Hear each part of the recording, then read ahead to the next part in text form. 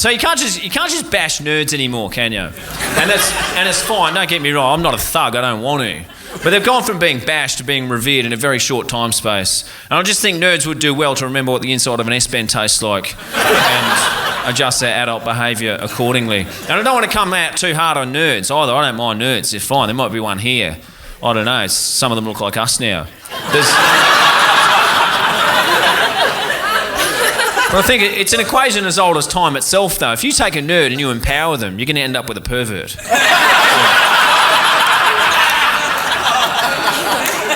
But now, thanks to the information superhighway, nerds can just meet other people online and then procreate as a result of that. Nerds, they used to have to build, solve or invent something and use the requisite cash to purchase the love of a woman.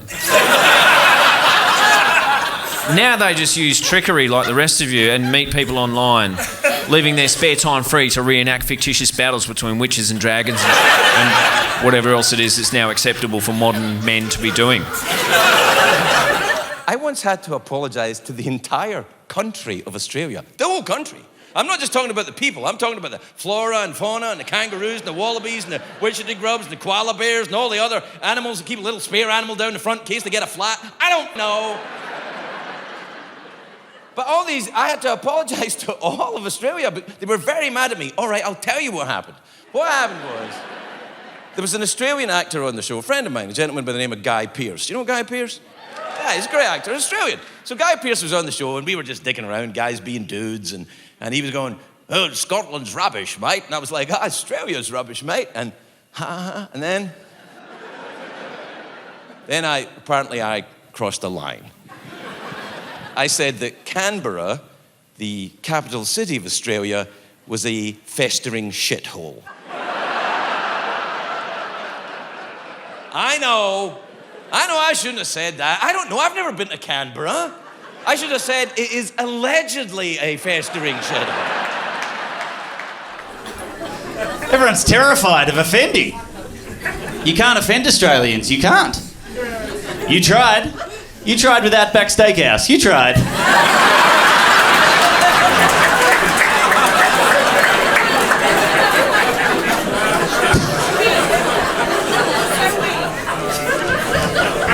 Fuck you, America. How dare you? How dare you? Just a fabrication franchise throughout your entire country. That's a complete mockery of my whole culture. And you guys are totally fine with that. Are you totally fine? What the fuck is a bloomin' onion? I've never heard of that in my life. It's a staple dish in this establishment. You all know it. It's a deep fried onion the size of a football. It's what they eat. It's what they eat down under, you know? We don't call it down under either, by the way. We're there. We're there. We don't call you up over or whatever you are.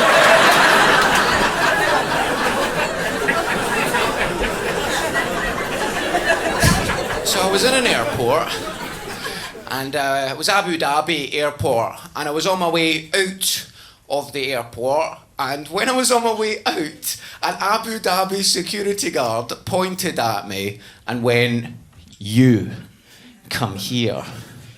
Obviously not in my accent. In the Abu Dhabi accent. I'm not going to do the Abu Dhabi accent. Also, it'd be a difficult impersonation to do because we don't really know that much about Abu Dhabi. Like, all we tend to know is it's a corrupt regime and the difference between rich and poor is huge. So I'll just make him English.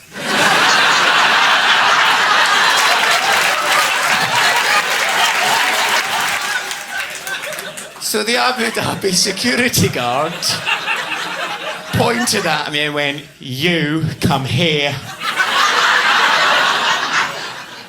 Hop along, oh boy, gonna search your bags, don't mind if I do.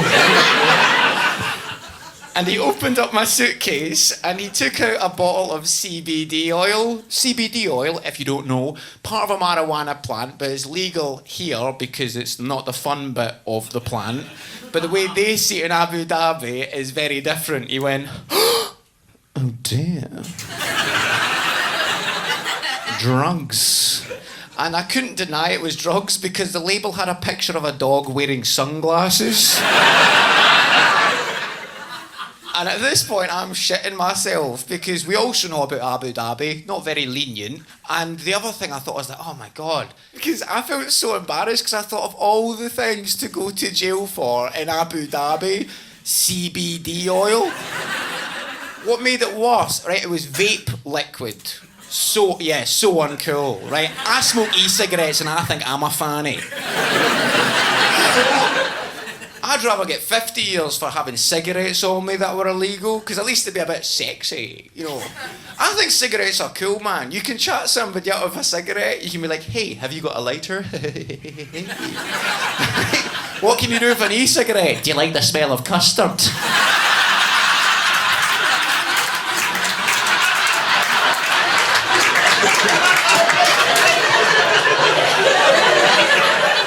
Abu Dhabi security guard took the bottle of CBD aside. I'm now thinking, uh-oh, what else is in my suitcase that's illegal? Because I know that that's illegal. I know that I'm illegal.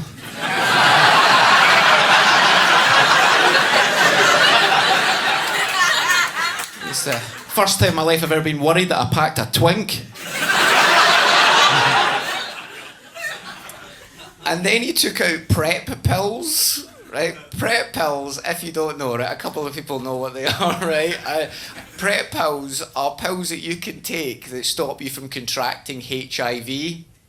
Oh, I love telling straight people. Because they might not say anything, but you can see it in their eyes. They're going, are you telling me the gays defeated God?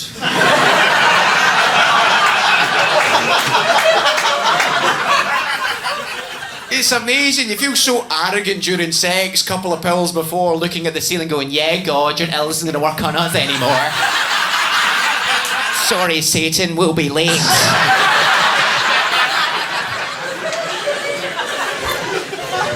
All you need to do is you take 2 pills 1 hour before you have sex, which is a long time to wait in the park, but we're working on that.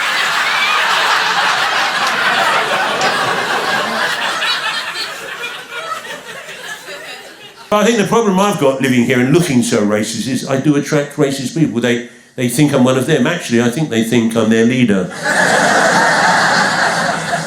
They follow me around, pointing at me, probably thinking, look at that, a proper 20th century racist bloke who's possibly been cryogenically frozen in the 20th century and brought back to life now so that millennials can see what a proper fucking racist geezer looks like.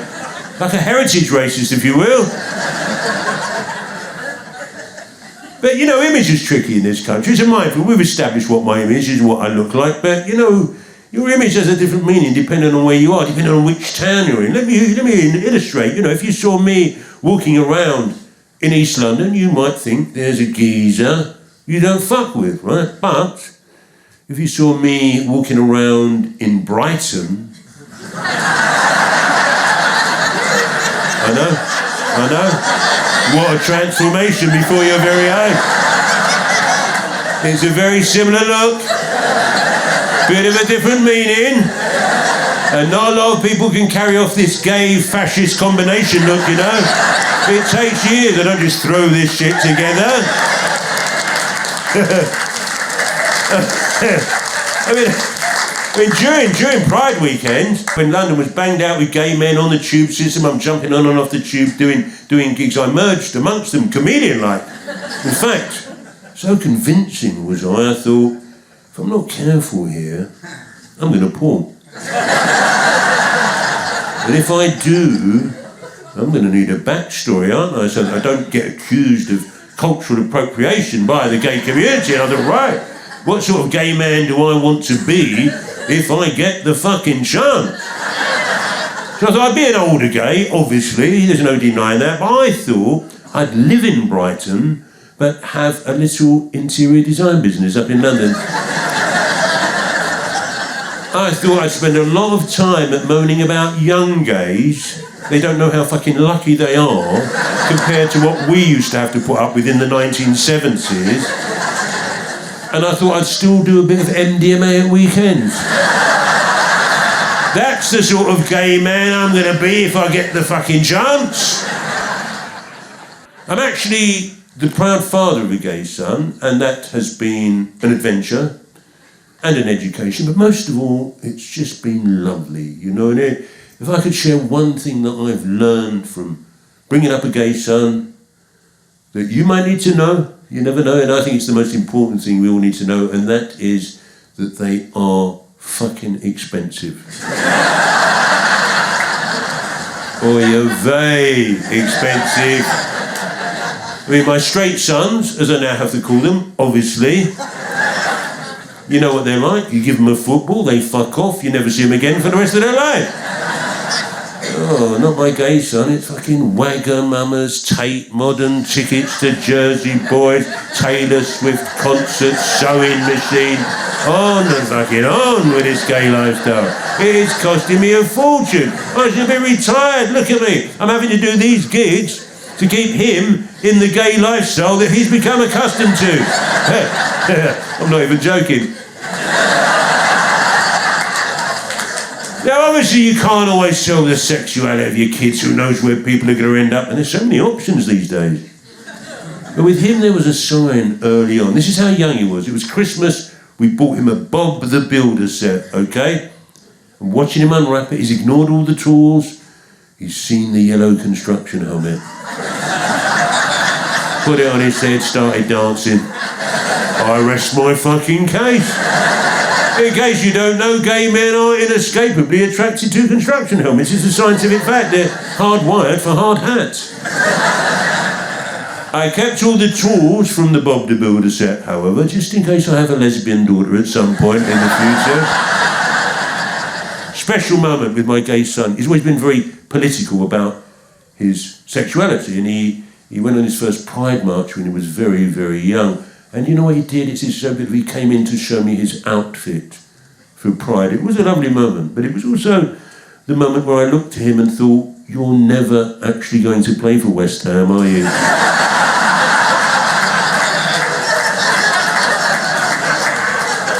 Hey, actually, it seems to me, though, if you're a football dad, it's not a gay son you want, is it? It's a gay daughter. The Lionesses, for fuck's sake. I mean, virtually all gay team. How incredible is that? I wish they'd changed the name, though. I'm not happy with the name, you know. Lionesses. I feel like we're living in a post-colonial world, and here we are still stealing stuff from Africa. Lions. I don't know if you know this, but they're not indigenous to England. I thought, why didn't they show some national pride and use an English animal, for fuck's sake? Weasels. The weaselesses. I've done my research. They're tenacious. They're very fast over a short distance. They're very community-minded. They'd be brilliant. Listen, I went through every animal. I thought, just don't use beavers and he'll be okay. I used to worry that he might want to come out. Do you know that? Because I'm from a generation where gay people used to have to come out to force the issue. They've got a coming out story. The moment they told their parents they'd be gay, you know, and what happened, I thought, I hope he doesn't want to do this fucking shit, man. Well, I already know he's gay. I'd have to pretend. I wouldn't be convincing. I'd be rubbish, you know. Oh, gay. Get out of the house, you know. Take your construction helmet collection with you. Now what I worry about if he comes out, he turns the tables on us, you know. Mum, Dad, I've got something to tell you. I'm straight. I'll be fucking devastated. I also think, rightfully, a little bit annoyed, actually. You know, you're fucking what? All that money I spent on you because I thought you were gay and now you want to be straight. No fucking way, mate. You are gay. You can come out, but you can't come in.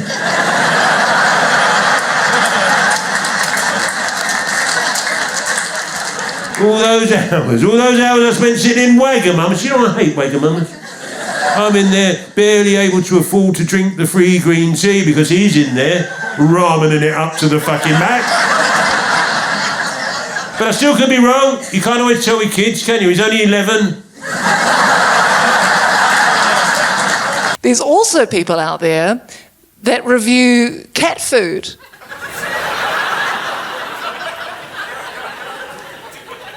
Here's the kicker. In character as their cat.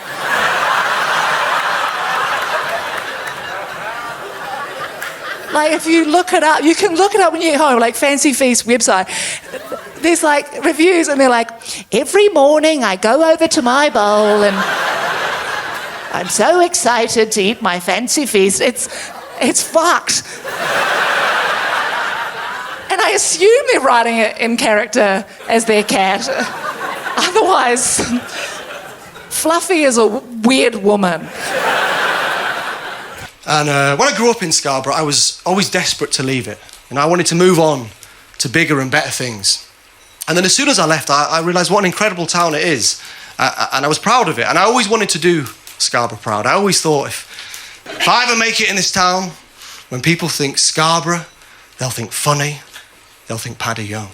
It sounds right. Sounds like the way things were going for me until New Year's Eve last year, just as the fireworks were about to go off. Does anyone remember what happened? A walrus, yeah. It was the first time a walrus had ever been seen on the Yorkshire coast. It was incredible. So we all got a bit closer to the walrus, then the walrus got a bit closer to us, and we got a little bit closer. And then the walrus started masturbating. Did you know that walruses masturbated? I didn't, no. No. Little bit defensive, if you ask me. No. Shutting all the tabs in his pocket, oh my fucking God. Shut down the subreddit, boys, he's got us.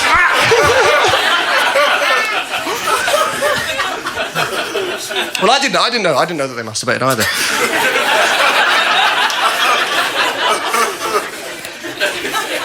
I didn't know they masturbated, but they're not normally in Scarborough either, so I don't know if this guy's just a bit of a Jack the Lad, turns up, wanks where he wants, goes home. They cancelled the fireworks, he brought his own, my God. The line from the council was, they stopped the fireworks because they didn't want to cause the walrus any more stress. Now, I'm not an expert on walruses or stress. He looked fairly relaxed to me, He looked like he was about to have the nap of his life. The whole town enjoyed it, it was great. The elderly, the kids, we all learned something. It's a great evening. But in the wake of it, this walrus has become a bit of a viral sensation. People have enjoyed the video across the world. If you Google Scarborough funny, it's not Paddy Young. It's that fat, juicy cock. Lolloping about on our shore. It's so unfair. Like, look, I was a teenage boy in Scarborough. Like, do you realise how many wanks I must have had up there? Millions, probably. Never even made it in the Yorkshire Press. He's on the front page of the Guardian. I was keeping that water salty way before he crawled out of it. I feel very lucky nowadays. I've got really lovely friends. And I feel very, very lucky for that. Because I grew up without many friends at all, really. I found making friends at school very, very difficult. And I think it's because I was hiding who I was. I couldn't really be myself. I was always on edge. I was worried that people were going to find out something about me. So I never really had any mates. But don't worry, there's not been any sort of lasting damage.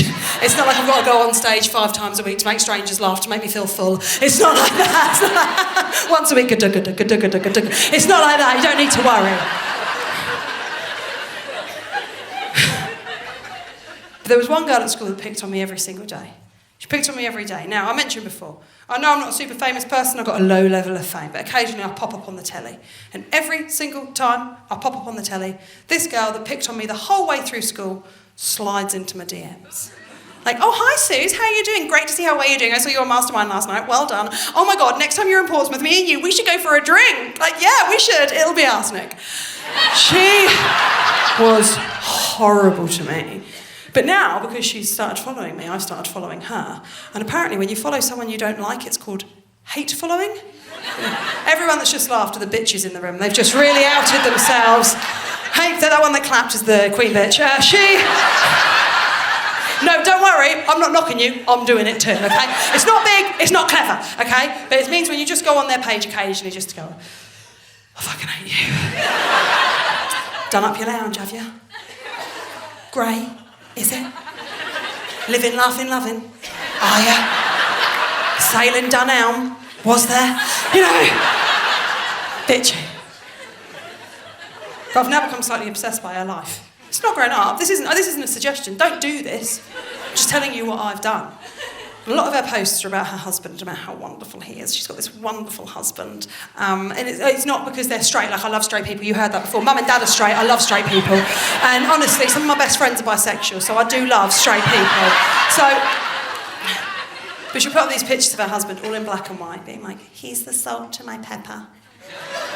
He's the bread to my butter. He's my light in the darkness. He's my husband. And I know it's not going as well as she's pretending, because I know that last year in Ibiza she gave a waiter a blowy. So I know it's not going as well as she's pretending. Sure, I shouldn't have written underneath, but she shouldn't have started the nickname Rough Muff while I was still a virgin. We learn, don't we? We learn, Lacey. I shouldn't say her name, we're recording this. Can't like that. I obviously didn't write it underneath. I'm not that brave. I did the classy thing. I screen grabbed it and popped it in a WhatsApp group. I did the classy thing. But she constantly tries to virtue signal. Now, I'm not talking about people sharing important information that we all need to learn about. She is constantly wanting to tell people that she is a good person, because she is the devil. She's constantly trying to tell people that she's a great person. What are the ways that she does this? And I've got to be very careful with this material, because my audience are always lovely people. So I mean it with love. But she needs to let everyone know that her pets are from a rescue centre. I'm just going to say one thing. Once you've rescued your dog, it's just your fucking dog. You don't need to refer to it as a rescue dog. It's just a dog. It's your dog now. You've rescued it. Well done. We're all very proud. She does the same about her cats. Look at my cats. Look at my adopted cats. Look at my little adopted cats. I adopted all of them. If I hadn't adopted these cats, they'll be out on the Edgware Road turning tricks. Look, I adopted these cats. All cats are adopted. Even if you paid for your cat, you adopted your fucking cat. No one is birthing cats.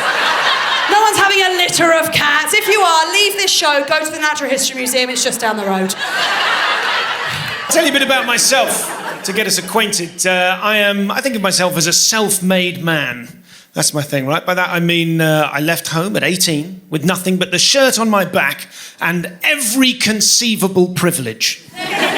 Still got them. White, male, middle class, and if they invent any more, I dare say I shall have them too. Oh, that's great. I'm very lucky. I own a house. You can't... Thank you. Yeah, it's hard saying that to people in their 20s. You can watch their dreams die in real time. It's not fair. I say I own a house. My wife owns a house. I own a wife. So that's good. Lived in London, the sprawling metropolis that is London, for the last 15 years. And then 5 years ago, I moved to the hipster capital of Britain, Bristol, as the result of losing an argument about starting a family. I left the city I love to be with the woman I like. And she hates that joke, and she's absolutely right to. We now live in Bristol, up a hill, in a creative community full of wankers. It's not a gated community, it is quite a steep hill. And everyone, if you like that, you're going to enjoy the rest of the show. This is going to be fun, let's relax. Everyone, when I say it's creative, it's like everyone on our street has an arty job, right? So we've got comedian, we've got a DJ, a videographer, a dancer, a musician, and one architect to give the rest of us a sense of perspective. Like, sure you're artistic, but if you tried. And I've got to tell you, the area is gentrifying really nicely in a way that I am absolutely responsible for. When I first moved there, brunch on a Sunday was £8. Now it's £13.50. You're welcome. That's me. I did that. And if anything, it's too comfortable. It's a really comfortable place to live. So I'll give you an example. We take the children, local kids, we take them on, my own children. I've said local kids there as if we're some sort of Pied Piper couple. We're like, come children, let's go on a walk. No, not at all. We have two fabulous children, lovely little boy, and the girl one's good too. And we, I've known him longer. We go on we go on walks and we go to the forest, right? The forest is technically a cemetery, but there's no point getting into that at this stage. And what we've noticed is, such is the nature of our groovy, creative community, that someone from the community has been sneaking into the forest and nailing lots of little 4-inch high doors to the bases of the tree trunks. Have you seen anything like this? Little fairy doors, right? You've seen them. So it's all twee and it's all sweet, and the children come along and have an important cultural experience and go, oh, this must be where the fairies live. Not my son. My son's like, well, they're out, you know, but there we are. And that's why they do it. But the problem is, we're such a bunch of wankers that all of the couples have gone home and go, have you seen it? Have you seen the forest? I can't whittle. I can't carve. How will we contribute? And so what they've done is everyone's gone back and added little embellishments. They've put little accoutrement in the... That's a fun word, isn't it? Accoutrement. They've put like a little rocking chair in the front garden. Someone's cut up a doormat into inch squares and put little fairy doormats for the fairies to wipe their little booties on. Someone's got a lolly stick and 2 bits of string and made a little swing on a nearby branch. It's twee as hell, and it's my duty to disrupt it. So what I've done is I went to a doll's house furniture shop and bought a load of white goods, like fridge freezers, microwave ovens, and I just left them outside in the fairies' front gardens to rust. Get a Scalextric car, set fire to it, leave it smoking on its edge outside. Bring the area into disrepute, you know, some miniature police tape here, some tiny crack pipes there. And what I did last night, I snuck in, I put a tiny white tent in one of the front gardens. Yeah, so it looks like there's been a murder. Take my son through it earlier today. Yeah, I think the cat got him. Ooh, nasty. It's not true, of course. I haven't done that. What I've done is I've decided to take it far too far in the opposite direction. So what I've done is I got on Etsy.com and I bought a job lot of about 200 of these fairy doors. And night after night, I've been sneaking in, adding more and more fairy doors, right? More doors, everywhere you can, every inch plastered with doors, up trees, up branches, doors, doors, doors, doors, until the area is completely oversubscribed, right? Doors everywhere. And so many doors, eventually the fairies, they're going to need somewhere to get their coffee, aren't they? So a little artisanal coffee shop there, maybe a vegan upholsterers over here. Doors, doors, doors, doors. And then at the very end, what I'm going to do tomorrow is sneak in with an armful of tiny little estate agent signs, start sticking them everywhere, as all of the local fairies are priced out of the area by these fluttering iridescent wankers from London. That's the plan. That's the plan. I recently achieved the dream of every middle-class person. I had a bit of work done on the house. Had a new kitchen put in. I stress, we're not wealthy, but we came into some money on the death of an elderly relative, upon which I had bet heavily. Come on, Uncle Oscar, Daddy needs a kitchen island. So we got this work done, and I don't know if there are any men in the audience who are man enough to admit that when you meet a proper man, you go a bit funny, right? Like if you see, walking down the street, if you see a guy who's like wearing overalls, he's got paint all over them, and you see him and you go, there goes a proper man, and you go a bit limp, you know, oh, he's proper. All it really means, of course, is that he's not that good at painting. And what happens, and I don't want to do this happens despite my best endeavours, I open the door to them and I do a bit of a voice, right? I don't know what it is. These guys turn up, I'm like, all right, let's wait. Like, where is that coming from? What is that? I'm going, all right, cup of tea, cheeky Stella, all right, lovely. I think on some level I'm trying to sort of leverage a friendship with them in order to create the possibility of the discount for cash. Don't know if anyone's ever pulled that off. All right, lads, cup of tea, discount for cash. What that is, I'll give you the cash, you knock the VAT off, everybody's laughing, apart from obviously the schools and the hospitals. Anyway, and they must know. They must know, right? When I turn up like this, they must go round the corner and go, he's rather patronising, isn't he? Yes, he is.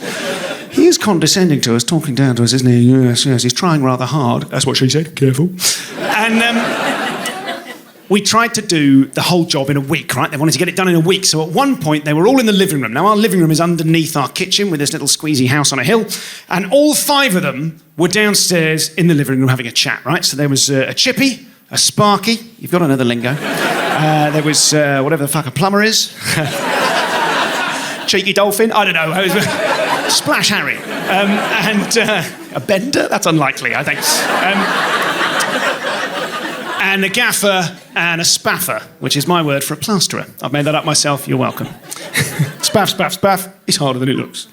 So all 5 of them were in there, and I went in to offer them a coffee, right? And I panicked because I didn't know how to address them together. And I walked in and I went, all right, men. I don't know why I said that. I think I was going to go for lads, and then I bailed out halfway through the sentence. I said, men, as if I'm the brigadier at the back of the battlefield on a white horse.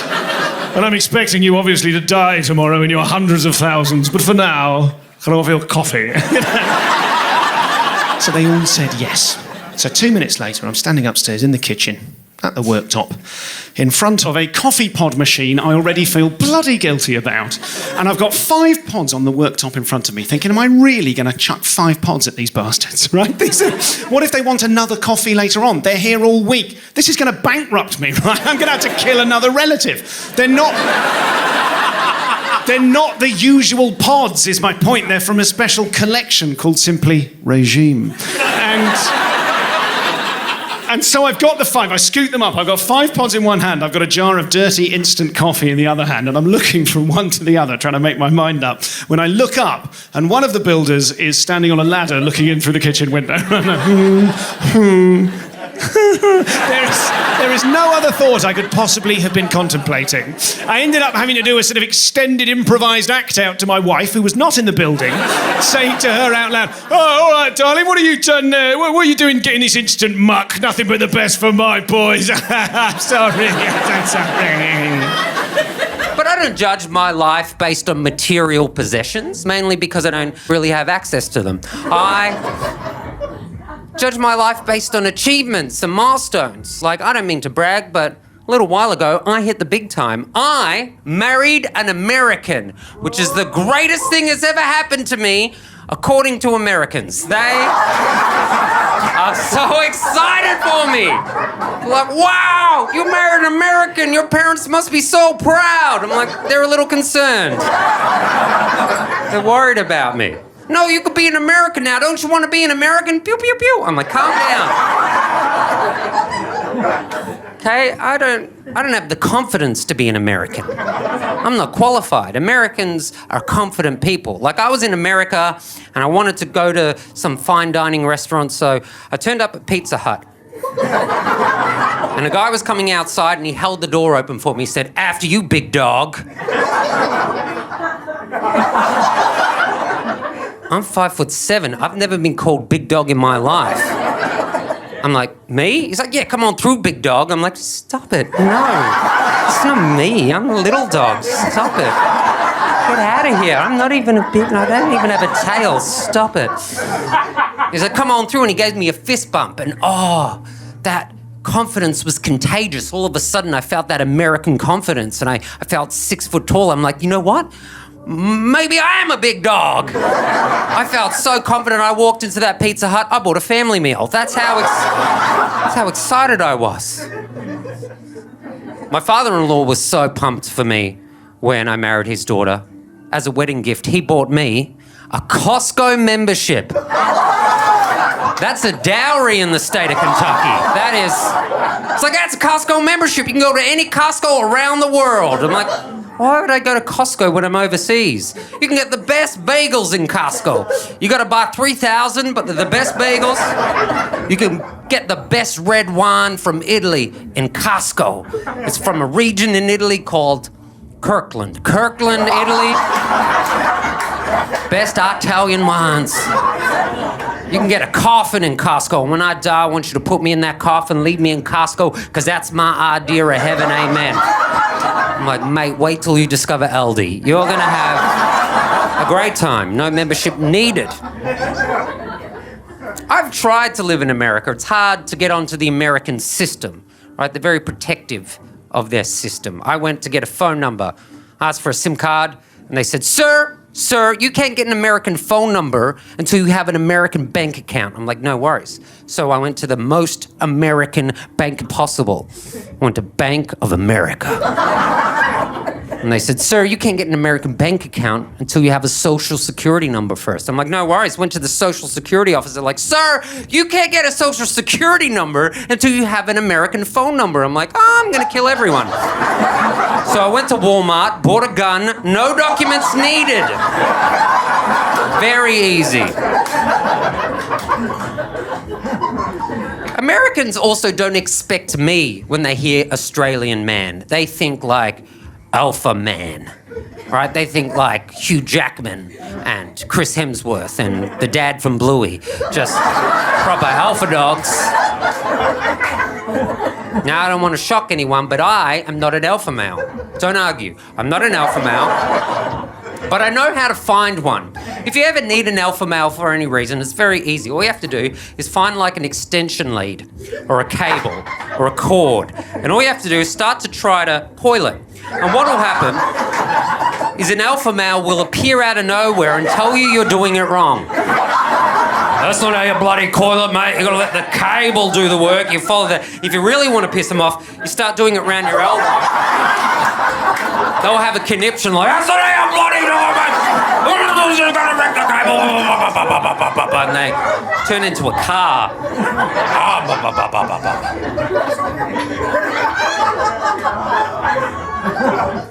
So I'm in a poly relationship now. Yeah, I just found out. It's good when you find out, isn't it? Because polyamory is so popular now with young people, like particularly young people. And people give young people today more shit than any generation. You know what I mean? It's so, like, it's not fair. Look, if I were to describe young people today, I would describe them as hypersexual environmentalists. That's the best way to... Is that bad? Because you know everything is sexual and political with young people. Everything. Everything's like...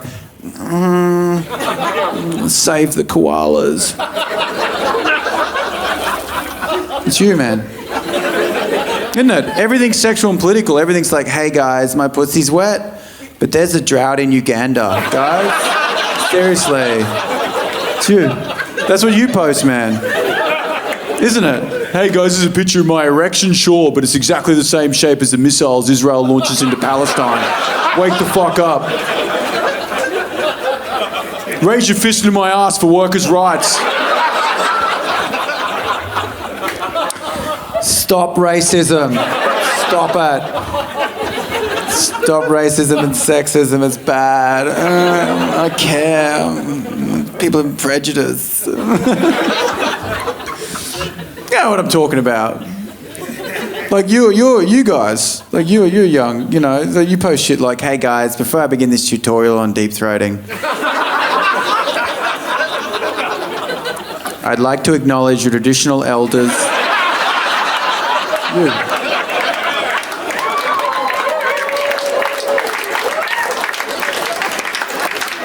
Of this share house.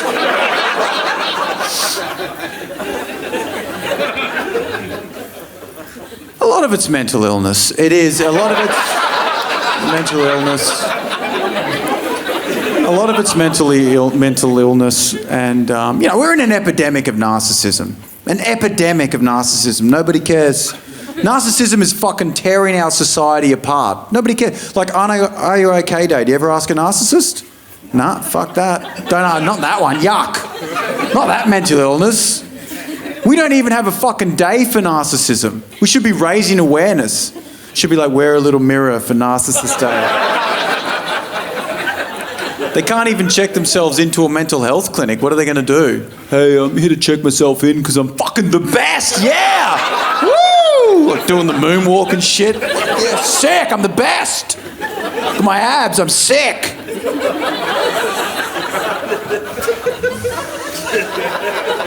I'm fucking sick.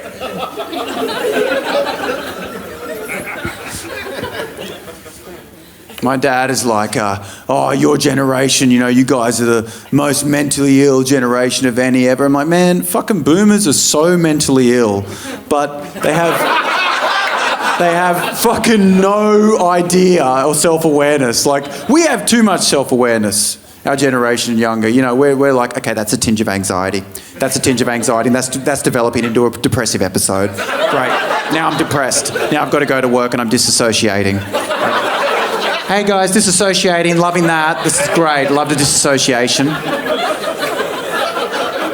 Then I get to work and I've got a trauma bond with my boss because he's gaslighting me, so I can't self-soothe. That's affecting my serotonin, so that's horrible for the ADHD. Whereas boomers, you guys are just like, feel something, then anger. That's it. Just like, I think I'm sad. Why can't I find a park? Fuck! That's it. I think I'm alone. Fucking political correctness, crazy,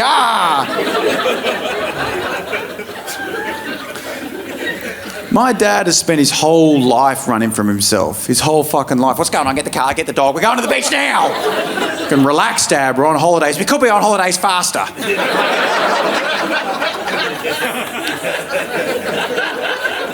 Dad treats life like a race. It's like a fucking job to get done. Get born, grow up, meet someone, get married, have kids, retire, dead. Good, done.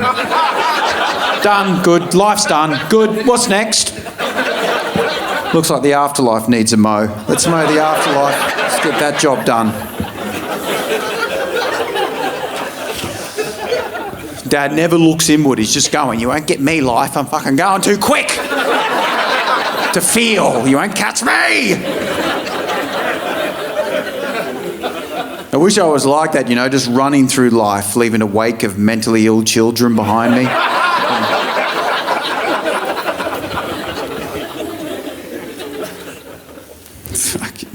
Well, one thing they have done quite well, right, nerds, is that they started making podcasts. But you know, people said to me, you should listen to podcasts. And podcasts, to me, are just really unhygienic former encouragement award recipients in pairs, delivering an unsolicited frame-by-frame analysis of a fucking movie made specifically for children.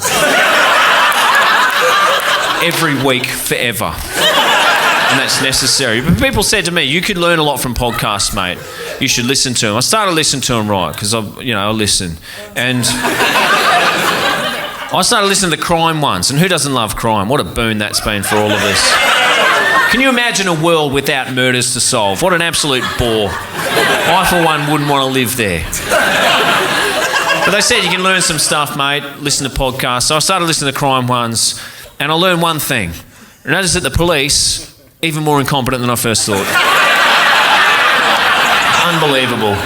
And don't get me wrong, I quite like the fuzz, right? One time, a tree fell down across our street. They turned up, directed traffic around it, did a pretty good job. You know? Sometimes they got on horses and just plough through a throng of people to remind us to continue to behave ourselves. Who here hasn't walked out the front of a footy stadium and felt the squelch of a Clydesdale turd right up the side of their sandal? And thought, I feel safe now. Knowing that if things turn south, I might earn myself a taxpayer-funded kick in the face from a half-ton animal. So, one thing they have done very well too, I don't want to rip into the pigs, I quite like them. They've pretty much gotten rid of drink driving in about a generation and a half. It's been a lot of hard work and they've done a very good job of this. But there are still a few men out there living the dream. I know some, and every drink driving story I've ever heard, it always starts with, look, I shouldn't have done that.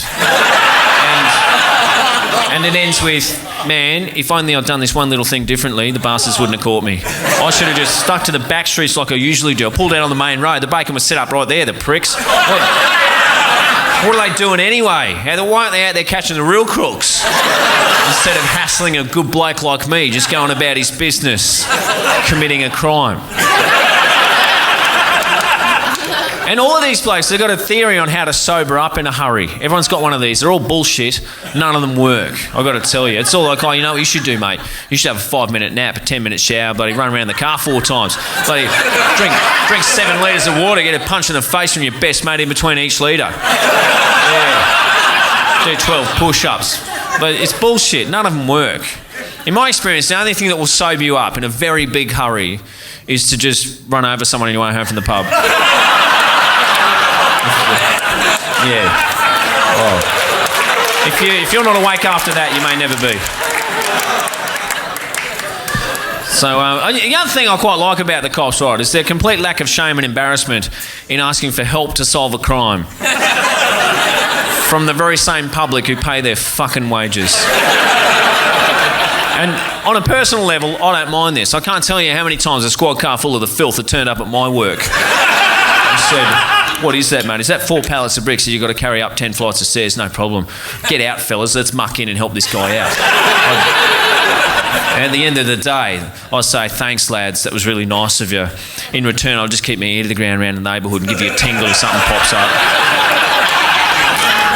This is what happened to me in terms of the cops, right? I was embroiled in a street brawl, and it was a big one. It was one of those ones where later on, onlookers get referred to as witnesses. It was huge. The street got shut off, made the news, everything. It was a massive fight. There was heaps of fights breaking out, spot fights all over. The particular localised melee I was involved in ended up, there's like 2-on-2s, few 1-on-1 fights. The one I was in, it ended up being 1 versus 6. And I like to say I gave a good account of myself, but then there were 6 of us, so... A little tip from the top. If you're involved in a street fight and there's a man walking towards you and he does that spit through his teeth, he's a fucking good fighter. You don't learn to do that until you cracked a few skulls. It was also one of those fights where improvised weapons were being used, which is a disturbing trend that's only begun since the nanny state took all our guns. I saw a guy sliding a tin of spaghetti into a sock. That's what we've been reduced to in terms of street weaponry. It's embarrassing on a world scale. Anyway, the fight kicked off. It was a massive fight. And the boys in blue turned up. 4 of them at first, heaps later on. But the first 4 who rolled up, they were all walking abreast along the footpath towards the fight. And 2 of them were chewing gum, and one of them had a neck tat. They look like a modern-day slips cordon that I'm supposed to respect. And the 4th one, he was fat. And, I don't care. Follow your dreams. It's nothing to... It's fine. I'm all for equal employment opportunities. I'm not a fascist. In fact, I'm a campaigner. I'm not going to rest until everyone with a lisp has a job on the radio. And all firemen are wheelchair bound.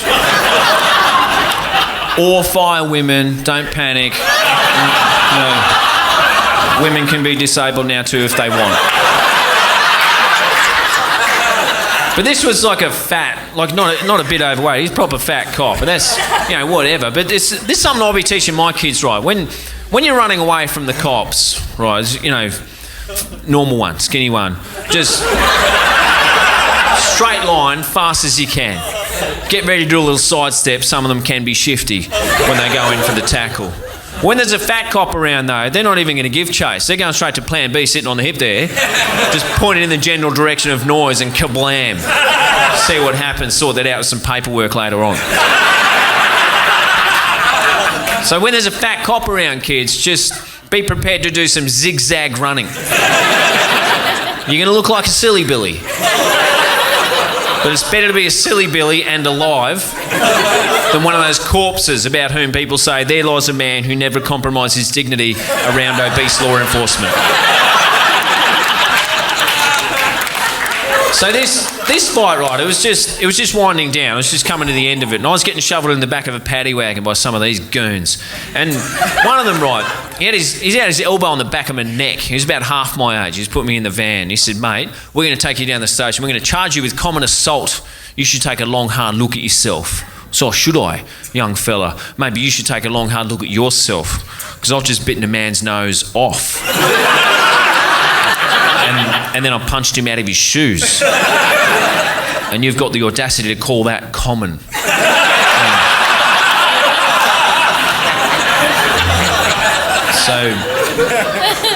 So they're all right at this sort of stuff, right? Your entry-level policing. But when it comes from listening to podcasts, when it comes to solving a murder, the pigs are fucking useless. They cannot do the job. There must be a lot of retired policemen up there in Queensland, the retirement location of choice for all inept policemen. Just sitting there on the Sunshine Coast, just dragging the drinks trolley over to their cane lounger, thinking, oh shit, I hope I die before all the unturned stones of my shit career get catalogued for the whole world to see in a podcast. And all that sunshine and beer, that does nothing for a man's memory. The rapid onset of dementia is staggering when a tenacious podcaster knocks on the door. The number one leading cause of dementia in old men is, of course, being accused of some pervert shit from 40 years ago. They can't remember a fucking thing once that got us.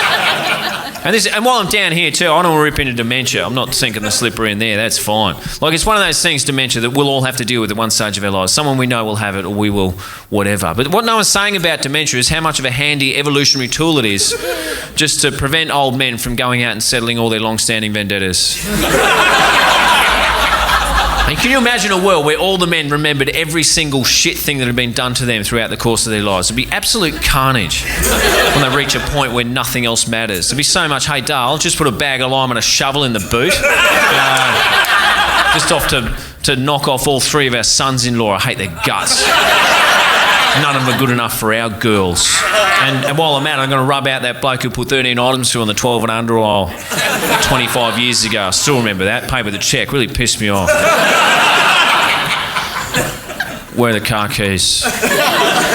What was I talking about? I better just go and watch some telly. Dementia saves a lot of lives. Take it easy on them. So when I'm listening to podcasts, right, okay, it gets to a point where the crime ones, they'll say, oh, the family, they were desperate after a year. They didn't know what else to do, so they turned to a psychic for help. And I listen to that and think, what? What were you thinking, man? You've waited a year for that. What a kick in the teeth that is to the science of clairvoyance.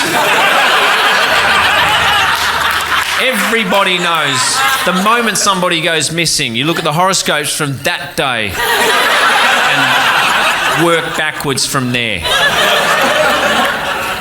It's almost as if these husbands and stepsons don't want the crime solved in the first place. But that's how crimes are getting solved now. It's pretty much by podcasters more than the police. Someone I know got murdered, right, not by me. And I didn't even call the police. I just found my nearest dork and just yanked him out from underneath his Darth Vader doona, which are incidentally now available in King single for your larger single man. And I just bought him a new computer and a microphone, told him to stop hitting himself and start a podcast and fucking sort it out. And that's how look, the filth, they're just sitting down at the station listening to podcasts hoping a clue pops up. We're supposed to respect them. I like the Zodiacs, but I think some of them, they sound quite offensive in the Western context. Like, I remember when my dad was introducing, like, our family to other people, and he'd tell other people our Zodiacs. It sounds so rude. He'd be like, my wife's a pig. My daughter's a dog. And my son's a rat, you know? Anyway, they're all born in the year of the horse, so... It was meant to be a good year, the year of the tiger. It was meant to be a hot one. It was not off to a good start for me. Off to a terrible start, actually. First day of the year of the tiger, I walked back into my house and I caught my housemate washing her dog with my shampoo. I couldn't believe it. It was this relaxing chamomile stuff. It was good stuff. It was expensive. Like, it's the best one at the 7-Eleven, and... on the side of the label it was like vegan, organic, no animal testing. I had to call them up. I'm like, it's been tested. He really likes it, you know. He used so much of the shampoo, this guy, you know. I don't know if you know this, but dogs, they got a lot of hair. If you don't believe me, think about this. They got bodies. They don't use body wash.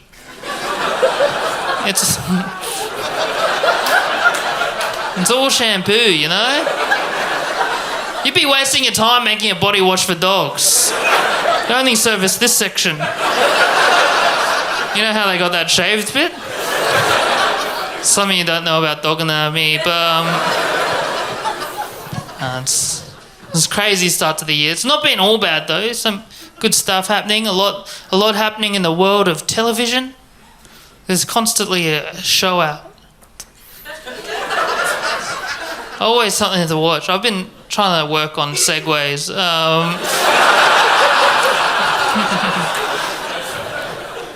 I think that's a good one. The world of television. There's a lot out there. I've been watching so much. I've been watched all the mainstream stuff, right? That everyone's been watching. Finished all of that. Watched one called Drive to Survive. Not bad. Got to be in Melbourne during F1 weekend. Saw a few Grand Prix around.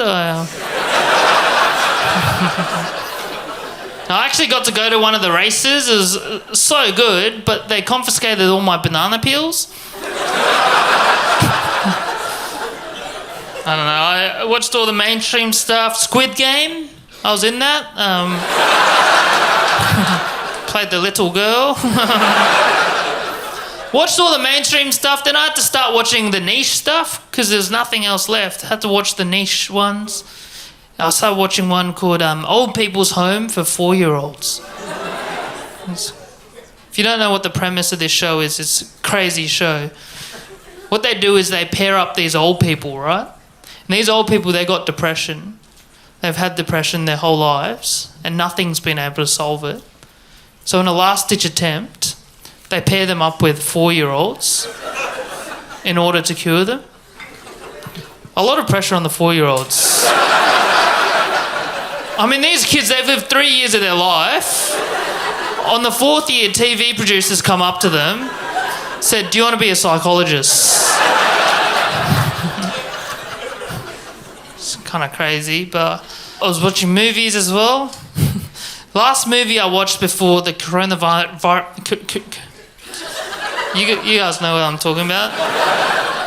Coronavirus pandemic happened. The last film I watched was one called Uncut Gems. I saw that in the cinemas. Blew my mind, this film. This was amazing. High octane Adam Sandler movie. I was taken aback by this movie. Beautiful stuff. As soon as the movie ended, I'm like, that's the best movie I've ever seen. I thought that. And then the credits started to roll, and I was sitting next to an old lady, and all she said was, "There was a lot of yelling." And normally I wouldn't have said anything, like I let people have their opinions, but the movie, it affected me so much that I had to say something, you know? I turned to her, I was like, "I wouldn't have had to if you give me some of your popcorn like I asked." It's me doing the yelling. But I watched that movie Little Women. Watched it on my iPhone. Get those women even littler. It's so small, couldn't believe it. I'm on the iPhone, I'm mucking about on there. I'm always trying to be ahead of the tech game. Do you know what I mean? You have to be one step ahead because you don't know what they're going to do to you. I'm trying to be ahead of big tech. I was like born into the computer era, you know? I thought I'd be always good with computers. Like I thought I could do computers forever. 5 years old, that's the first time I ever went on a computer and I was like, I'm good at this. Like I knew what to do on there. Like I knew which ads not to click on, like which blokes not to talk to. I was safe on there. I had Norton antivirus running on full blast. I'm like, I'll never get aged out of this. That was my thought. I'm 27 years old now. Like I've already been aged out. Can't believe it. Nowadays, I log on to Google Chrome. It's saying I got 280 compromised passwords. I'm like, what do you want me to do about it? Like, I'm not about to change 280 passwords. I'd rather just change my life. Like, I'll be someone else, I reckon. They reckon you got to have a unique password for every website. I'm like, I don't even remember my dad's birthday. And that's my password, like... Recently moved into a 2-bedroom flat. Share it with 45 strangers. Give us a cheer if you are a homeowner.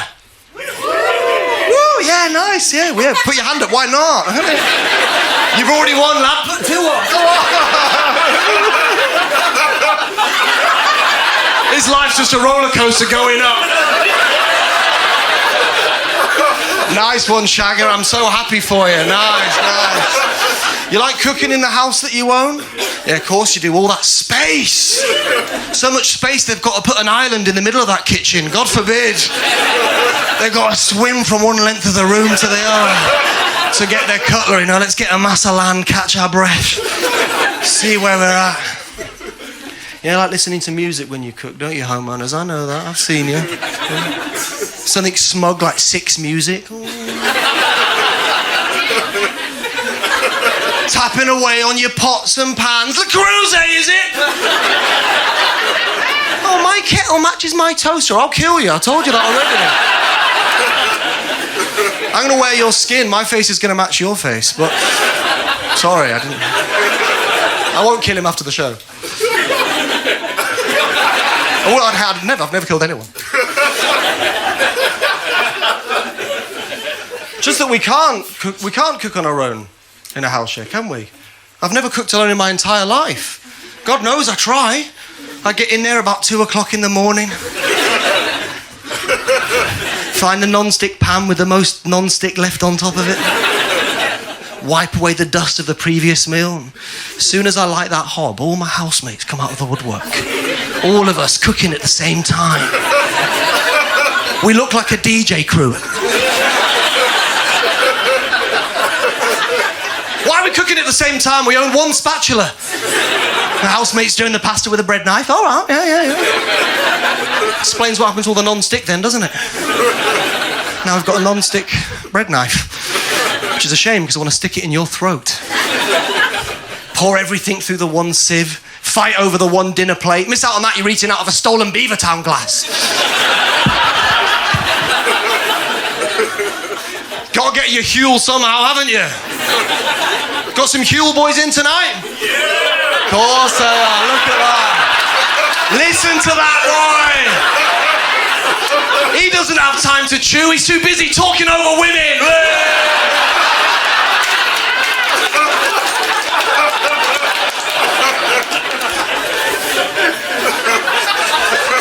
You got the Huel t-shirt? Oh yeah, big time. Left it at home. You left it at home, such a shame. What kind of man is wearing a Huel t-shirt? You know the way like venomous animals are brightly coloured?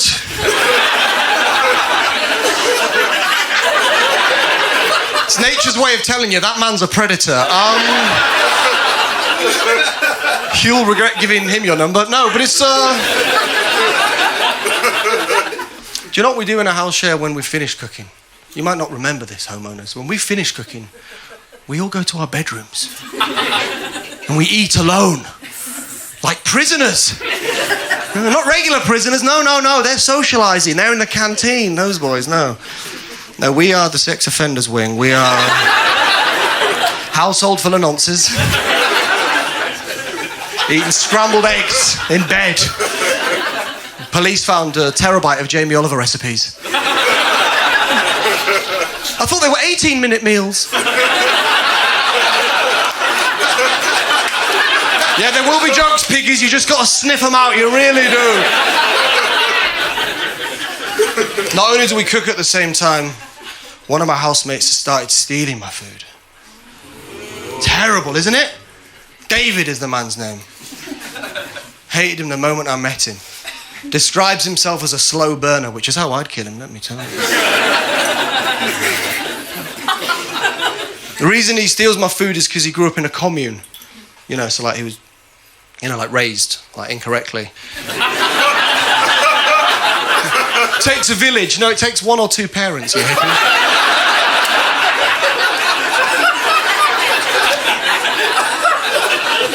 You know, so stealing is just part of his culture. You know, it's not part of mine, despite being from the north. So I confronted him about it. I said, David, lad, someone's been eating all of my risotto. Yeah, we've got that in the north. I said, someone's been eating my risotto, and he said, don't you mean our risotto? So I coughed in our mouth. Share and share alike, Shagger. Been through a lot together, me and David. He caught COVID just after me. Weird how the world works sometimes, isn't it? Trying to enjoy the flat share, because, you know, despite the injustice, that's the worst thing, don't you think? The injustice of the property market? Yeah, I agree. Just for those at the back, this man does not have a gun to his head. Absolutely. I've never voted Tory in my entire life. What do you do for a living? I work for an insurance company. One of the good guys! I hate the injustice of it all. We found out recently our landlady owns 8 houses.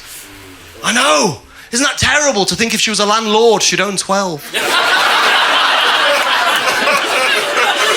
How many ceilings must she own before she can break through the glass ones? Oh. Trying to get a fundraiser going for the old girl. I've raised 600 quid by leaving a bit of blue tack on the wall. It's all you can do.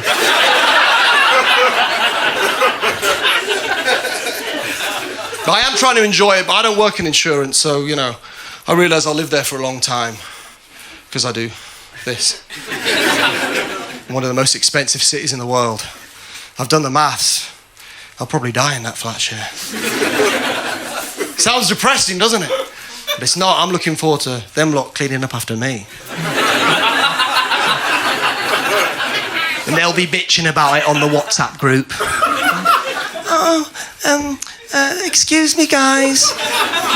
I'm not sure who left the corpse in the living room. I'm going to buy a gun, shoot myself, and put it on Splitwise. I swear to God! Why do we have WhatsApp groups for the people we live with? Do you know what I mean? Like, the house is the group. We don't need to text. Walls are so thin, every time I sneeze, I hear someone typing out "bless you" in the next room. Thin walls in our flat. So believe you me, the winters are freezing. We don't turn on the heating because we don't want each other to be happy. Luckily for me, I've got a Lenovo laptop from 2012. So. 3 tabs on Google Chrome, my neighbours are sweating. I open Zoom, the whole street's on holiday. Bloody hell! Tenerife's are calling.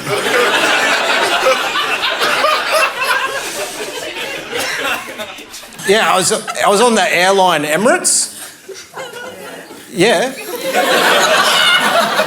And the seats recline the most furthest. Yeah, you didn't know that, but yeah.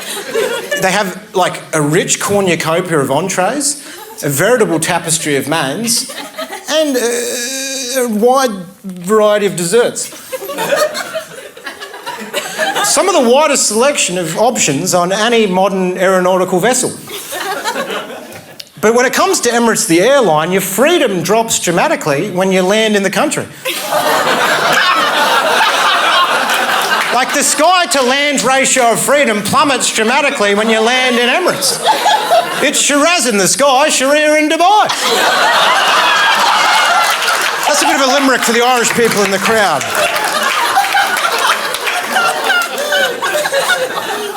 Jetstar's the opposite. They're trying to weigh your bag, you're hiding behind a pillar like Anne Frank. Because your bag's a kilo over, you only got $7 left.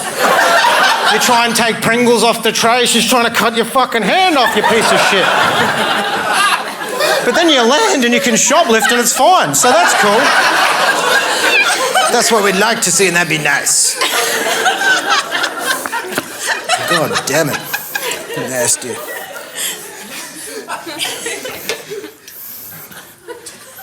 Oh, guys. Imagine if there was a fantasy portal from another world and an elf came through right now. You'd be like, you don't belong in this realm. This is a clear realm violation. If an orc came through, you'd be like, I just saw your colleague from the Enchanted Forest, the elf. What's going on here? This is unbelievable.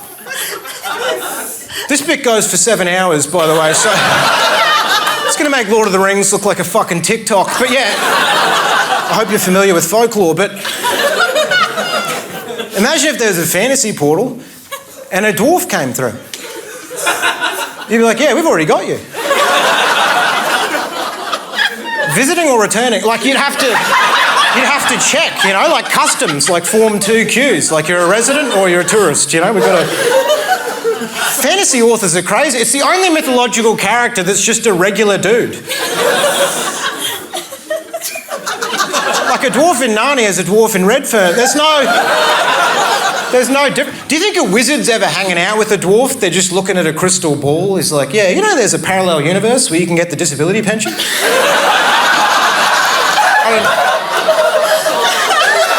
You don't have to slay dragons for gold, they'll just give it to you. So, like, you can teleport, baby.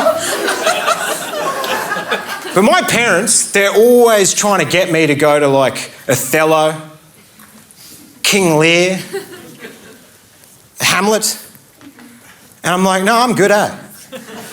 I can just get the train and see some meth head have the most hectic conversation on loudspeaker of just Shakespearean levels of paranoia and drama. You tried to poison me, you dog. I trusted you and you turned your back on me just as I was down. He's holding a skull, reminds me of my dad. It's a possum skull from an electrical incident, but it's the same vibe. He's with one of the witches from Macbeth, just whispering shit in his ear, getting him all riled up. He did betray you, stab him. Instead of a cauldron, she's got a Yui boom, just blasting Skrillex on the quiet carriage, making everyone uncomfortable. Don't you worry, child. There's a guy headbutting a payphone. Why have you forsaken me? They should tap all payphones, record all the conversations and release it as an audio book called Macbeth. Then maybe I could get some REM sleep. I haven't slept for 4 years. That's why this is happening.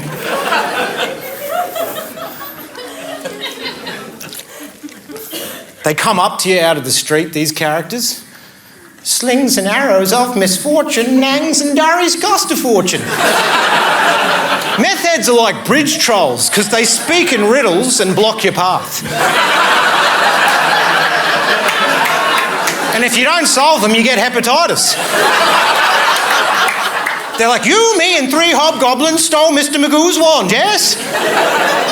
And you're trying to calculate the best response that's going to minimise the situation. You're like, maybe if I participate in his version of reality, he'll appreciate that and let me pass into the gentrified zone. So I can go to Fishbowl. You're like, yeah, I remember. He's like, wrong, motherfucker. God damn it. I dropped acid before this and I'm still trying to find it, and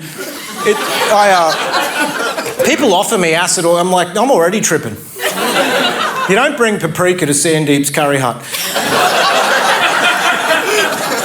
It's spicy enough. Like, man, we glorify serial killers now. Eh? There's no segues here. You know, like, remember Ted Bundy? They got Zac Efron to play him. That's not right. Serial killing's the only crime where you get a glow up. When I got caught stealing a Yabby pump from Aldi, they just released the CCTV footage. They didn't hire Chris Hemsworth to reenact it. And now they go into the origin story of these sick puppies. You know, they go right back on the backstory. They're like, yeah, he had a weird relationship with a frog when he was 6. So you start empathising with them. You're like, yeah, I get it, brother. If I had a weird relationship with a frog when I was 6, I'd also store my co-worker's torso in a barrel of acid and dissolve it. Jeffrey Dahmer's got a better chance of redemption than Ellen DeGeneres. That's the problem with Ellen. She didn't go far enough. She stopped her bullying. She should have cut him up into tiny pieces. Then people would visit her in prison and watch her dance through the plexiglass, just with the sticker-skewered heads swiveling around like a kebab spit. That's Ellen, my Ellen, baby. I love you. You're a monster. You're my monster. Voldemort's got a better chance of a comeback than the woman who created him. She who must not be named. Because I think it's better to dismember than misgender. You can't microdose evil, you've got to double drop. If you make a faux pas at a party, just eat everyone there. Because then they'll make a documentary about it. They'll be like, he was hangry. I don't know what noise that was, but I feel like a farmer whose animals are turning against him, but... Remember that movie?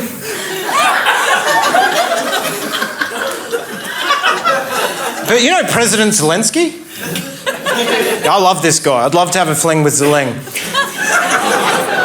Because of the way he looks. My friends call me Finocchio because the more I lie about being gay, the harder my dick gets. I'm like, I like pussy, boy. That was as hard to do as it was to listen to.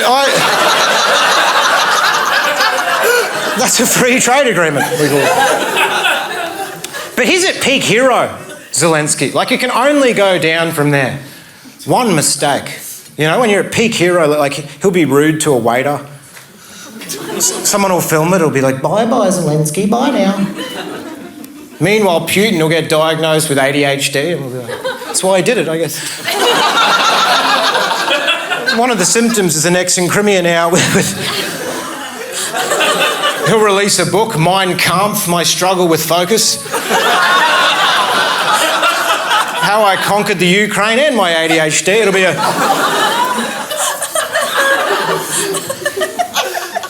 I'm still trying to work out who the coward is in the coward punch thing. Because on the one hand, you've got a guy who's willing to risk it all. His reputation, a prison sentence, a job at Nando's probably.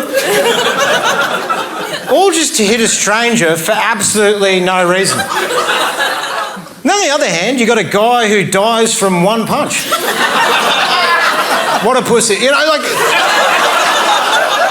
Who's the coward in this situation? The guy who achieved what Mike Tyson couldn't? Or Humpty Dumpty head slumped on the sidewalk like a rag doll?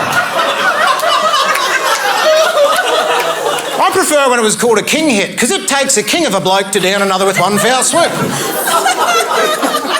More like the brave cunt special punch, but yeah, I don't work in marketing, you're a consultant, let's make it happen. Do you know what? I think we've got to tax certain people a little bit more.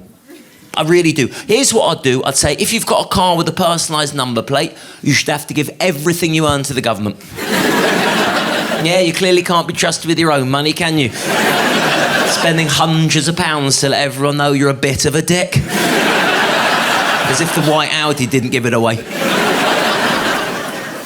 Some people get paid silly amounts of money. Silly. In fact, I was talking to someone the other night, they were too embarrassed to even admit that they were an investment banker, so they said they traffic children. I was watching the Formula 1 Grand Prix the other day, because I couldn't find the remote. Spotted the most overpaid bloke in the world. You know when the cars come in for a pit stop, right? And 25 pit crew, they rush around the car, they change all 4 tyres in less than 3 seconds, which makes you realise just how shit they are at quick fit. I spot one guy in every pit crew, he doesn't change the tyres at all. He's called the jack guy. He just lifts the car up and down with a jack. That's what he does for a living. Cars come in for a pit stop, and the car stops millimetres in front of the jack guy. This is what he has to do for a living.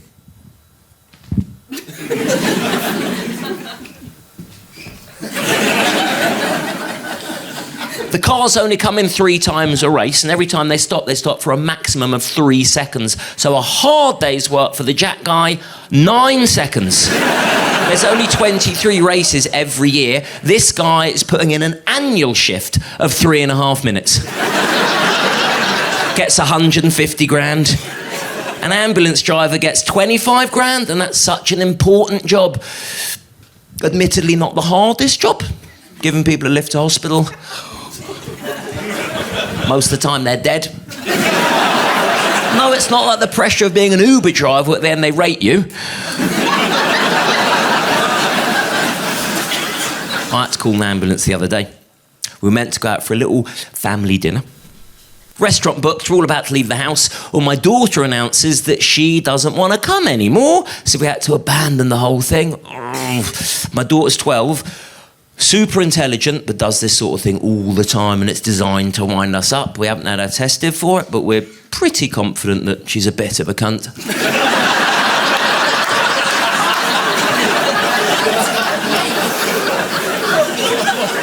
My wife thinks she got it from me. I got so annoyed, I kicked the front door, my God, screaming in pain, there's blood pouring out my foot, absolute agony. So my wife calls an ambulance. They told her it was going to be a 2-hour wait.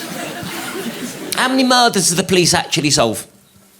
Yeah, not including the ones they've done. They do the odd one, just to improve their stats, I think. Detectives, listen up, please, lads. 3 murders this year, any leads? Oh, yes, Sarge. I'm pretty sure that one was me. We've only bloody solved one. Not so keen on laughing at the police, I can sense. Happily let me call my daughter a cunt. You know, the police say they solve 4% of burglaries, and I think they've rounded up from none. Have you ever tried reporting a burglary to the police? They say, oh, you're never going to get your stuff back. You know, we can give you a crime number, your insurance rate will just go up. Better off going around the neighbour's house and nicking their stuff. Most burglars are smack addicts. How they're not catching these guys? Nothing we can do, sir. The assailant left no DNA evidence behind. Officer, the man shat in my kitchen. And he's still asleep in there now. It's got to the stage with the police. If they solve a crime, we're surprised. Yeah, let's say if your bicycle's stolen, you get a phone call from a police officer saying they've found your bike. You're like, what? And they've arrested the bloke who nicked it. Oh, my God. Oh, fuck off, Dave. So people are now trying to catch criminals themselves, aren't they? Like these paedophile hunters. Have you heard of paedophile hunters? Yeah, they're not the ones on the horses, that's the fox hunters. Totally different crew. Actually, it'd be great if that was how they hunted paedophiles. Groups of posh people on horseback giving packs of dogs the scent of anorak. My family have been hunting paedophiles for generations. It's not cruel, we're simply culling the paedophile population. There's too many of them, you see. Protesters on the roadside. There's not too many paedophiles, there's too many children! Paedophile hunters are real. They're these guys who are trapping paedophiles by pretending to be children. This is online, by the way. They're not going around in school uniform and a big net. Got one! They go online and they set up an account and they pretend to be a kid. And then they start chatting to different people online, and eventually they chat to a paedophile. They ask to meet up, they turn up.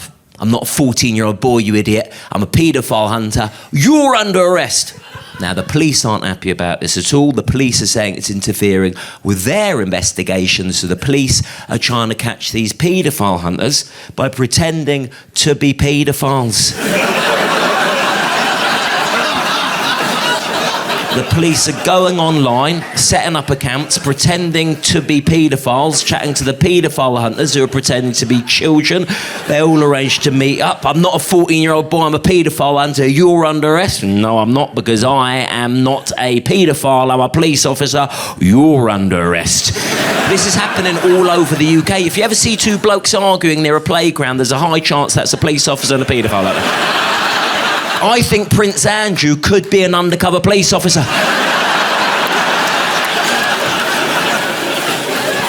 Do you know what? How bad do you think crime is in this country? Way worse in America. Because so many of them have got access to guns, you see. I think if it was easy to get hold of a gun in this country, I would get one and shoot a lot of people. People who stand in the middle of busy escalators.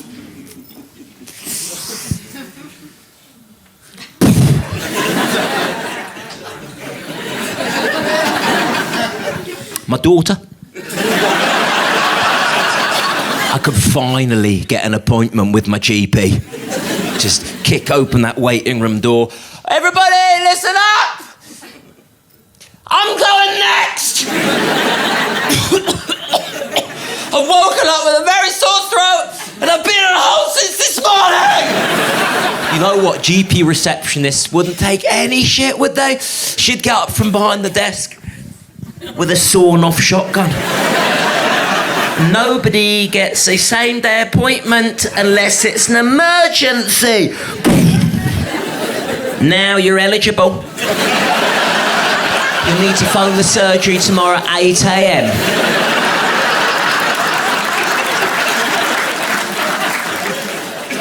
So, Harry and Meghan. Oh, look at that. Look at that. No other couple makes people react like that apart from Adolf and Eva. I watched the Harry and Meghan Netflix documentary. Now, I'll be honest with you, before I watched it, I was not a fan of theirs. But now I've actually heard their side of the story, I fucking hate them. They started off and they're making interesting points about racism and misogyny. Then they start calling each other H and M, and I just thought, oh, do fuck off. By the time Harry starts describing this one date with Meghan as the night, let me quote you here, me and M pulled the pin on a fun grenade. I actually started rooting for Prince Andrew. If you haven't seen the documentary, lucky you. Ginger Royal meets fit American actress. She then discovers that everything is so unfair. He then discovers that racism is actually a bad thing. And then they moan about everything. Harry says, how do you explain to someone who've just started dating that they have to curtsy to your own grandmother? And I'm thinking, maybe just tell her that your grandmother is the fucking queen. And you're in the royal family. I don't know how to break this to you, H. But if you weren't in the royal family, M wouldn't be with you.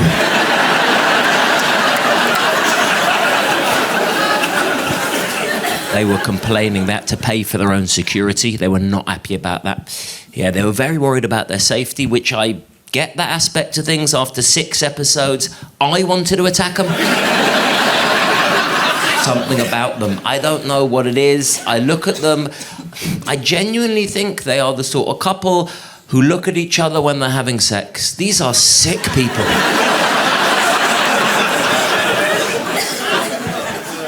There's one thing I genuinely like about Harry and Meghan, how angry they make Piers Morgan. And the Daily Mail. The Daily Mail hate her, don't they? Hate her. I don't know why they hate that black woman. You know what I've noticed? The more they hate Meghan, the more they love Kate. I like Kate. They love Kate. Kate could do no wrong. Kate could murder a panda cub. Witnesses see her clambering over the London Zoo enclosure and kicking the shit out of this tiny, fluffy, 6-month-old, wheelchair-bound panda cub. The next morning, Daily Mail front page, caring Kate gets panda to heaven. Meghan's a whore.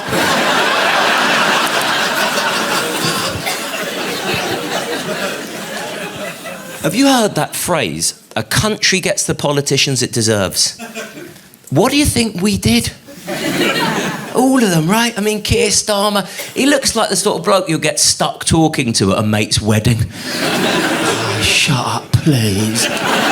Rishi Sunak looked like the sort of bloke who still gets tucked in at night.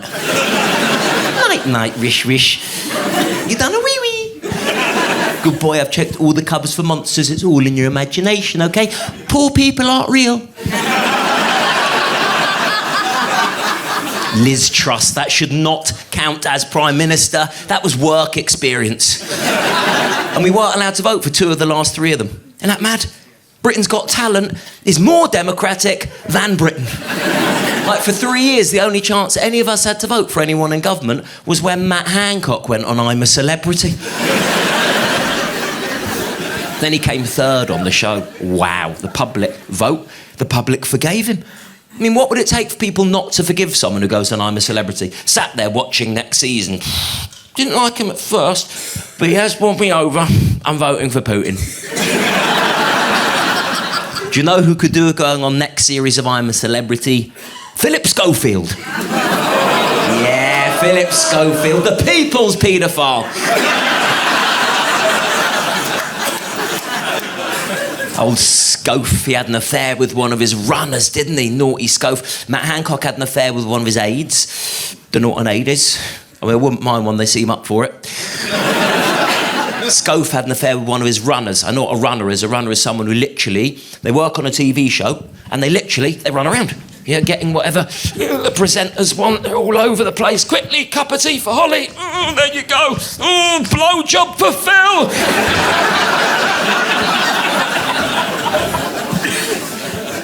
A couple of seasons ago, I got interviewed to go on I'm a Celebrity. I didn't do it. Thank you for worrying. I didn't. One, I wasn't sure if it was the right thing for me to do. Two, they turned me down. They said not enough people know my name. Well, they've got a little bit of a point. Like, once a week, someone will come up to me in the street and be like, mate, massive fan of yours, can I grab a selfie? What's your name again? And I'll say, oh, thank you, it's Simon Brodkin. And then they'll say, no, that's not it. Amazon just put out a drama series about corruption in world football, and they got actors to recreate my whole Sepp Blatter stunt. I did not get the part of me. Went to prison for that. I got to get a little bit of credit. The funny thing about that stunt, after I threw the money over Sepp, I'm dragged out the room and I'm held just outside the press conference. 2 minutes later, Sepp abandons the press conference, and then he stood next to me. We're like a couple of naughty school kids who've both been sent out of class. One of them for chucking something, the other one for fraud, bribery and money laundering. He turns to me, he says, you should be ashamed of yourself. Fucking, I want to slap him, but I was handcuffed to a chair. And I got dragged to this police cell in downtown Zurich. It was gorgeous. The breakfast alone is worth a criminal record. The beds were divine, as I wrote in the visitor's book. They were lovely. One of the guards knocks on my cell the night after the stunt. You might want to know your little joke is all over the internet. Would you like to come and have a look? Yeah? Give me 5 minutes, just getting out of the bath.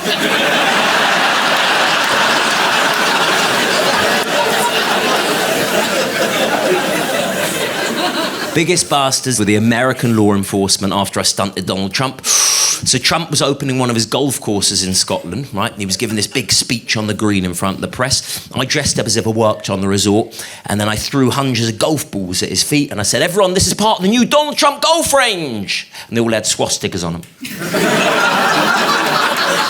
He didn't find it funny. It was actually the Scottish police that got to me first, cuffed me, arrested me, chucked me in the back of a van. I sat there crapping myself for over an hour. And then this big, burly, armed officer yanks open the van door, says, "Yous, mate, are very fucking funny." Loosens my handcuffs, gives me a sip of his iron brew, then gets me to sign one of the golf balls. They were great, yeah, the Scottish police, they were amazing. They persuaded the Americans not to press charges against me, and then they drove me to Glasgow Airport. I got a flight back to London, or, as they told Donald Trump, they deported me.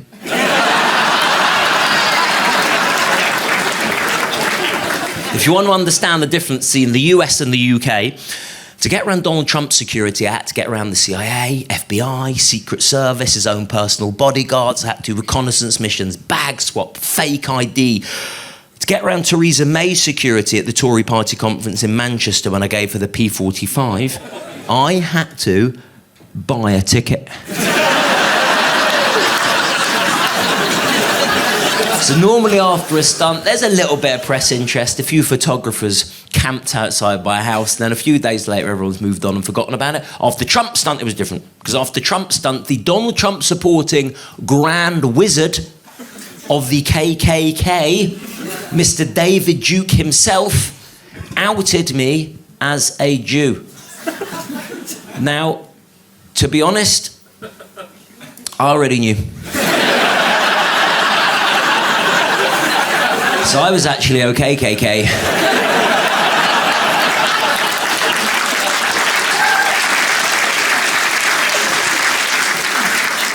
There's some mad leaders out there. I was reading this book about Iran.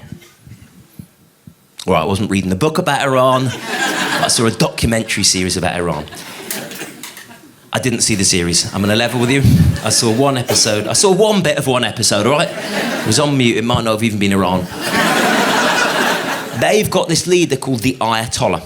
The Ayatollah doesn't let women in Iran show their hair. He doesn't let men suck each other off. Nutter. Why are religious leaders always the meanest, God wants us to have fun. Yeah, God loves fun. God created everything, didn't he? Alton Towers. That was God. The waffles, bouncy castles. There's this dildo. It's got a dick on both ends. So one woman puts one end in her vagina like this, bish, right? Another woman at the same time comes around the other end, puts the other end in her vagina like this, bush, right? All right, sorry if this is turning anyone on. And then both women at the same time fuck the same dildo. It's like, and the other woman's on the other side at the same time. That's God. He's literally the most fun, isn't he? So what is the Ayatollah's problem? Like, does the Ayatollah think that God has an issue with women's hair? Does he think if you were to say to God, what is it you hate most, Almighty One? The heavens would open, a booming voice descend. It's women's fucking hair! I hate it! It blocks up plugs! Gets in your cereal! I cannot stand women's hair! Why do you think I killed my son? Because of his girly fucking bonnet! Probably talk about mental health. Somebody's got to. I got it up to the eyeballs. I had a breakdown recently. I had to take myself to the doctor. I was like, Doc, you've got to help me. It's getting too much. I can't tell the difference between Channel 4+1 and Channel 5 anymore. You've got to do something. She gave me the once over and she goes, you've got OCD. It's giving OCD is what she said. Do you know about OCD? OCD, if you don't know, it's when you sort of like tidy up too much because you think it'll make your dad come home. Okay, couple of hands to foreheads for that gag. I'm afraid if that's your threshold for upset, you're in for an extremely fucking tedious hour. You don't have to worry about it though. That was all right. That was just a joke about my dad. My dad was around when I was a kid. I just only got to see him on weekends. My parents weren't split up. I was just busy. The doctor also told me I got something called body dysmorphia, which is when you're like fit but humble about it.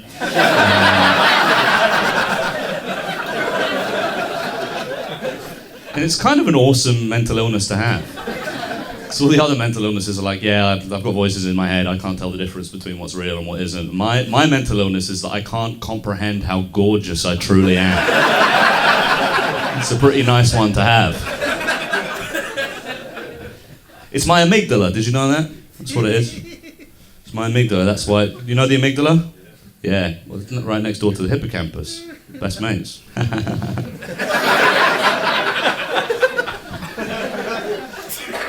Well, the amygdala, it's the slice of your brain that processes complex emotions, right?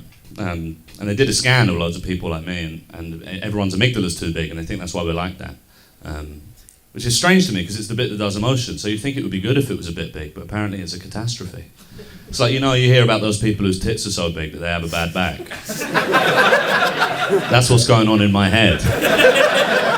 The love and punchlines bit of my brain is so fucking chesty that the suicide prevention bit has scoliosis. I'm a danger to myself and others because of my busty little minx of a brain.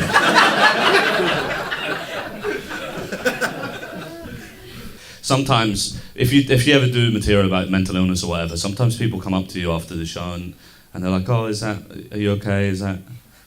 Which is crazy to me. It's like watching a Batman film and going, oh, I hope Gotham's all right. It's not real. It's real, man.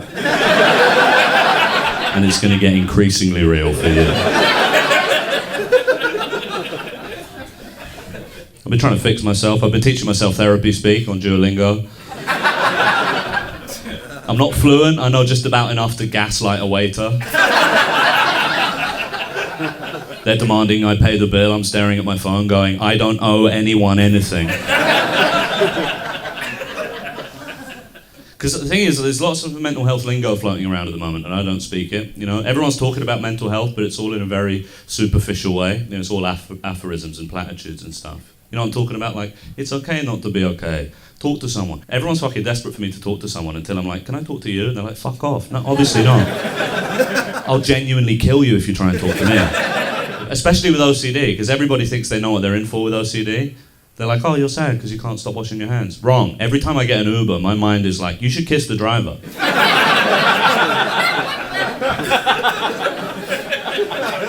Why don't you lean forward and tenderly kiss the Uber driver? Why don't you search his mouth like an anteater? I don't think I want to do that. Yeah. I've got a bright idea. Why don't you flick your lit cigarette into that busker's guitar case? Yeah, I could do, yeah. I heard an amazing piece of superficial mental health speak recently. It was amazing. I went to one of those group therapy sessions because if you don't know, if you want to get your mental health, if you want to get mental health treatment on the National Health Service, that's actually not allowed. So what they do if you're in genuine need of therapy is they go into the waiting room and they scoop you all up in a big net and they make you do it in a group. It's kind of like the Actors Round Table for schizophrenics. And I went to one of these group therapy sessions and the guy next to me told us all that he was in suicide recovery. Isn't that amazing? I was like, oh. Famously hard to recover from, I thought. And here I thought that was sort of the whole promise of the thing. Kurt Cobain turning up to band practice 2 days late. Tape all round his head. No, I'm sorry, I'm sort of in recovery now, boys. Sorry about all that. I'm in recovery. I realised I had a fatal addiction to launching my head into space with a gun. And I'm in recovery from that. I'm very interested in that kind of, that instinct to use obscurative language. Here's an example. I was reading my local paper recently and there was an article about a man in my area who died in a car crash. Yeah, sad, I know people who've died in car crashes, but it was quite confusing because the article didn't say that he died in the car crash. It said he passed away in the car crash. That can't be true. You know. So that's a misprint or maybe journalistic malpractice. I couldn't imagine a world where this guy had passed away in a car crash. As if he paused the car crash, lived a full and fruitful life, and then resumed it when he was at peace with the idea of being sent to the moon by a lorry. You remember that little submarine? None of them passed away, did they? You don't gently relinquish your hold on this mortal coil when your body is turned into a red cloud at the speed of light. There wasn't a quote from his widow that was like, yeah, my husband has passed away peacefully, surrounded by family, after a brief battle with a car.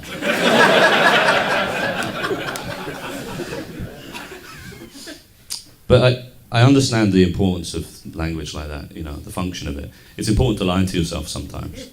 I do it all the time, especially with regards to my health, you know. I'll have 15 pints a night for 8 months in a row and then be like, I think I have long COVID. Something's going on with me, you know. I'm cutting about going, yeah, I think the reason I am how I am is because nobody ever taught me how to put myself first. And it's like, no, the vapes are full of lead. That's why. I'm like, actually, my brain holds too many emotions. No, I've been taking 1,000 puffs on a lead-filled pipe every day for 10 years. A lead pipe. I've been smoking the shit that killed Colonel Mustard. 10 years, and that's why I'm like wondering why I'm fucking mentally ill. Hey, speaking of psychosis, have you ever noticed how the plots of all the Disney Pixar movies are very similar to textbook psychosis delusions? I reckon they got a guy in the Pixar writer's room who's fucking tapped in the head, but he can't quit because his ideas for kids' films are all bangers. Like, they're all in the canteen having some lunch, throwing ideas around. It's all dog shit, but they get to him and he's like, oh, I can't eat this meal. I think a rat cooked this.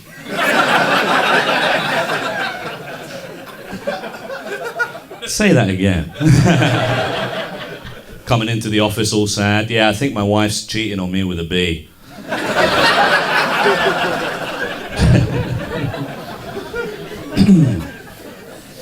I'm thinking of, you know, everyone says that you've got to like upskill, like learn to code or something.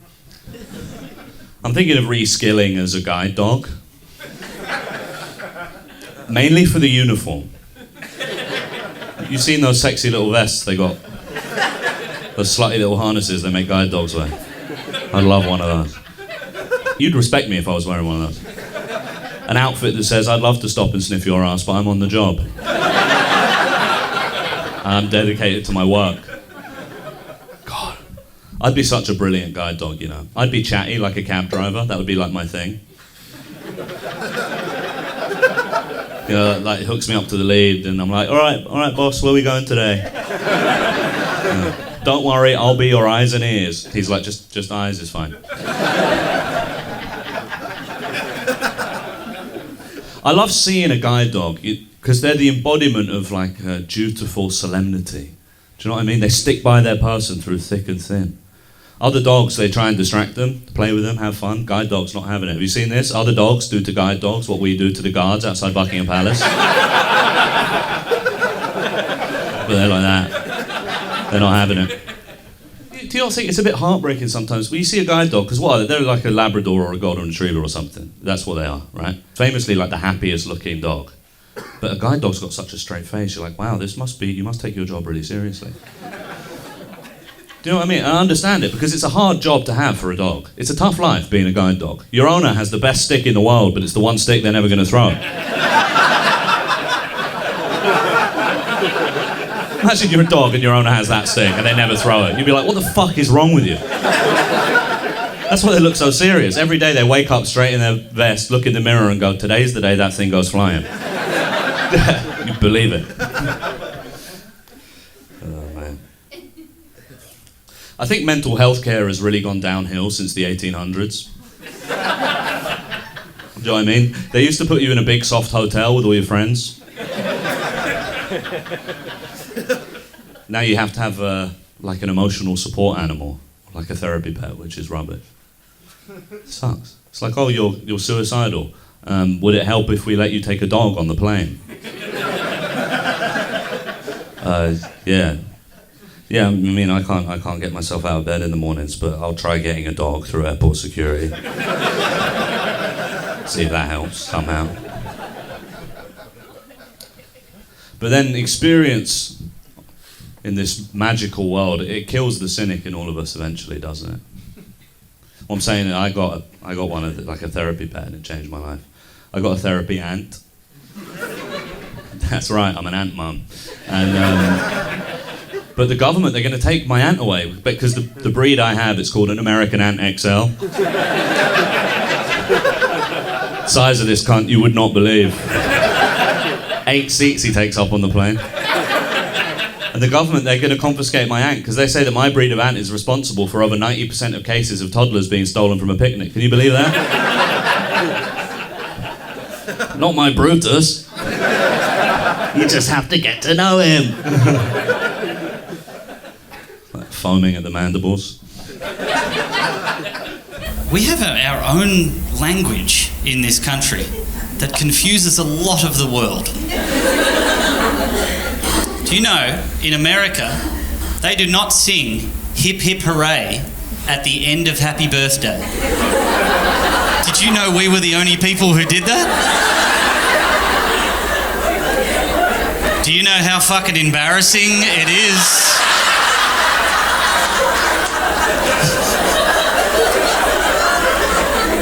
I was at a table of people I didn't even know that well, and they finish happy birthday and I just go, hip hip!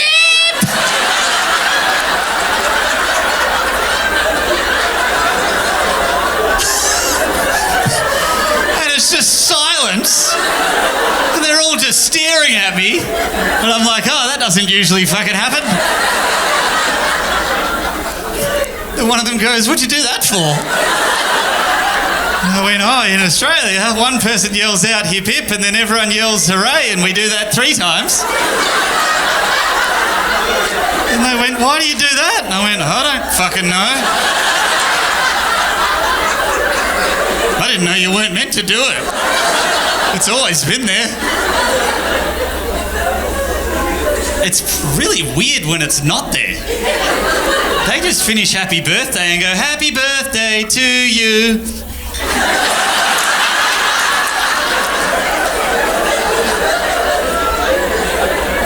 So you can't help yourself, can you? You needed to. You needed to get it out of your system. You do, don't you? We need to, all right? Hip hip! Hip hip! Hip hip! That's fucking insane to the rest of the world. The rest of the world, that is a weird, strange thing to do. Happy birthday goes for 45 minutes in Australia. We do the hip hips and then someone goes, why was he born so beautiful? Hey, don't cut the cake, I'm not done singing. I've got a whole number prepared.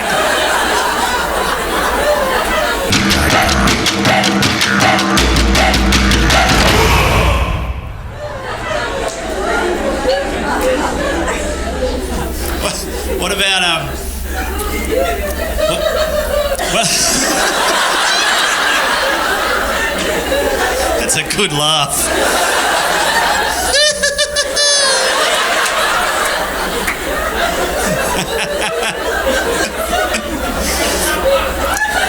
What about this one, right? In America, they don't have Christmas bonbons.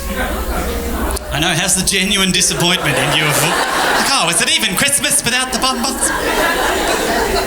Now what that means is they don't have Christmas hats. It's gonna be okay. It's gonna be okay.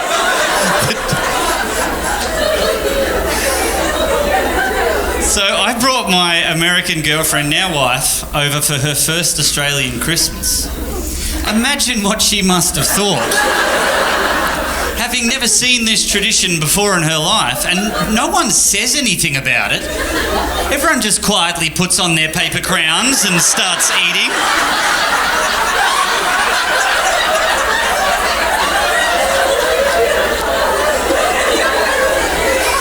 She's just sitting there, just looking around the table going, what the fuck is wrong with these people? They're all wearing multicoloured paper mache crowns. There's always someone who won't put their hat on and everyone cracks the shits at them. Everyone's like, put your hat on, Gary. It's Christmas. We're all doing it. Come on.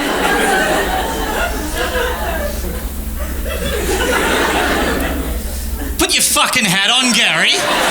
No, I'm serious. You're embarrassing the American girl. Put your fucking hat on. Read me the joke, Gary. I want to hear the joke. That's shit. I heard that last year. Put your fucking hat on, Gary. What about the person who leaves their hat on too long and they just look insane? You're like, Grandpa, you've got to take your hat off. It's fucking February, mate. We're going to put you away. I was in Mammoth Mountain in California. Now, you guys will know exactly what I said when you hear what this person said to me. But there was all these people crowded around this cave area. And I said to this guy, I said, oh, what's going on in there? And he looked at me and said, oh, there's a bear in there. Now,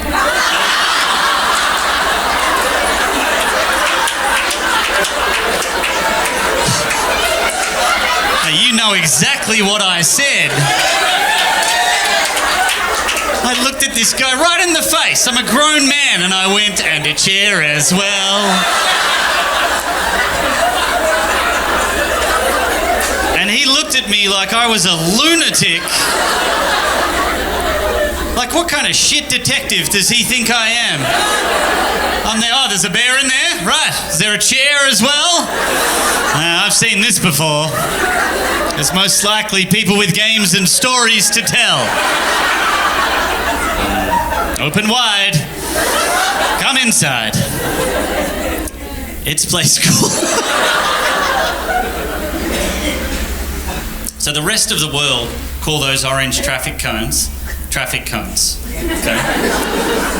But we call them witches' hats, which is ridiculous when you think about it. We've just decided, well, that looks like the hat of a witch, so let's, like our construction workers, big tough construction workers, ordering fucking all sorts of things, and then can we get a dozen witches' hats over here? And in America, they call it a weed whacker. We call it a whippersnipper. And that grass that's along the sidewalk, the footpath, we call that a nature strip. The rest of the world just calls that grass.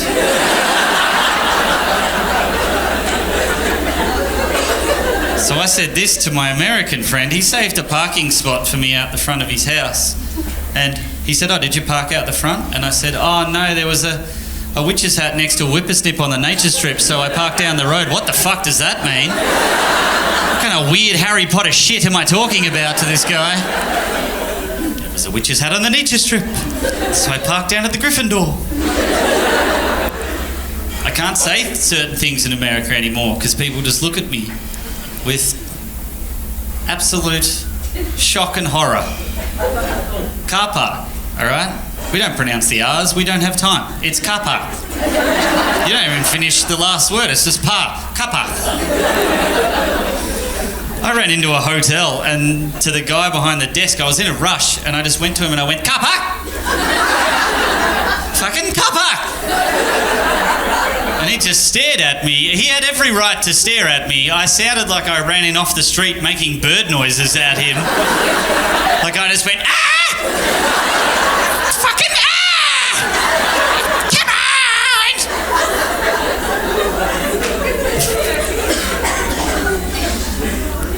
Americans don't understand the glory of winning the meat tray. You guys know what I'm talking about. For those from overseas, if you don't know, go down to the RSL, everyone gets a ticket, and at the end of the night, someone gets their ticket drawn out, and you win the meat tray, and you go home a fucking legend. And you tell everyone for 2 weeks, "So I won the meat tray, so, you know, doing all right." I said that to some Americans and they said, "Oh, so like cold cut meats, like deli meat, like ham and turkey?"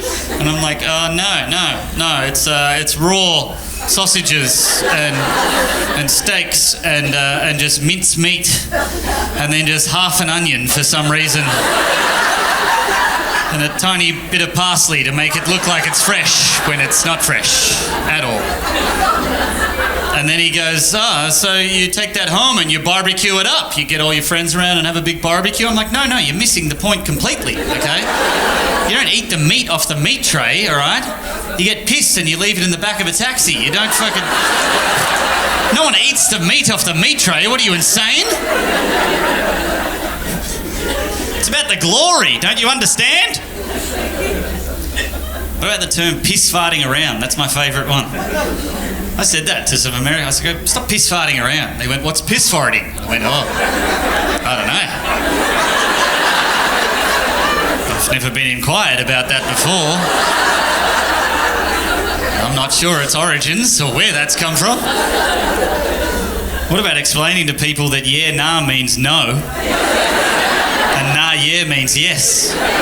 And you can say yeah, nah, yeah, and it kind of makes sense. You can change your mind mid-sentence. And everyone's like, "All right, it ended in the yeah, that means yes."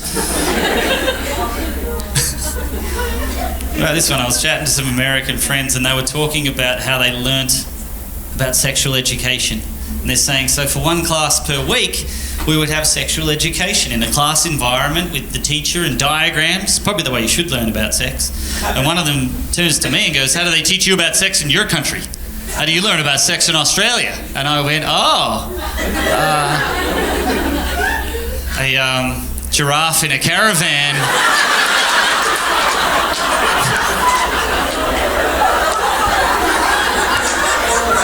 taught me about sex. His name was Harold. He was very informative.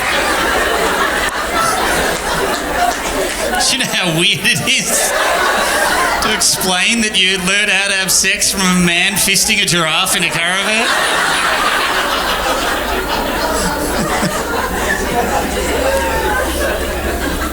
Life education van, yeah. Is he still around? There was a mixed reaction there. There was a definite no from the back of the room and then a yes. Anyone a teacher? Can they? There you go. That was a teacher's response too. Yes. Monty Franklin. You know how teachers use your full name? Bastards. I have a foreskin. I thought you guys might want to know, no? Is that too much information straight away? In America, they're freaked out by the foreskin. I'm not sure why. Half of the people in this country have a foreskin. Half. Well, that's not true. No, half are female. That's ridiculous. There's very few women with foreskins in this country. But for some reason in America, they're freaked out by it. They're like, no, you got to get rid of that. You got to get rid of it for cleanliness. Got to get rid of it. Tell you what, take a shower. Take a fucking shower. Every day you can take a shower. You don't have to lop part of your penis off.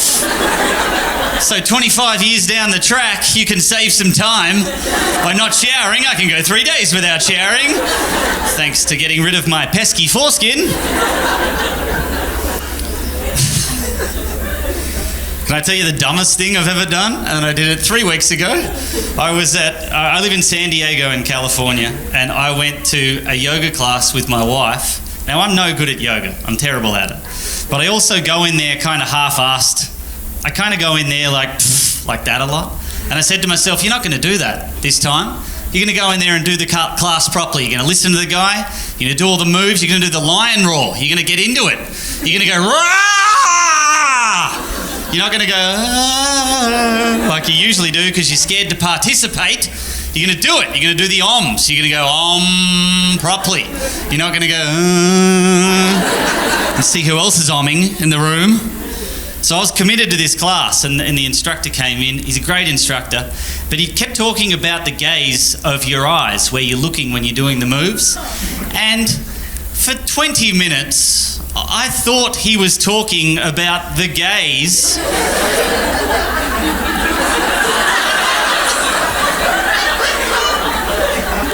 So I'm doing moves poorly, like not getting it right, and he goes, focus on the gaze. And I'm like, oh yeah, that's a good idea. I should look at the gay guys in the room. They know what they're doing.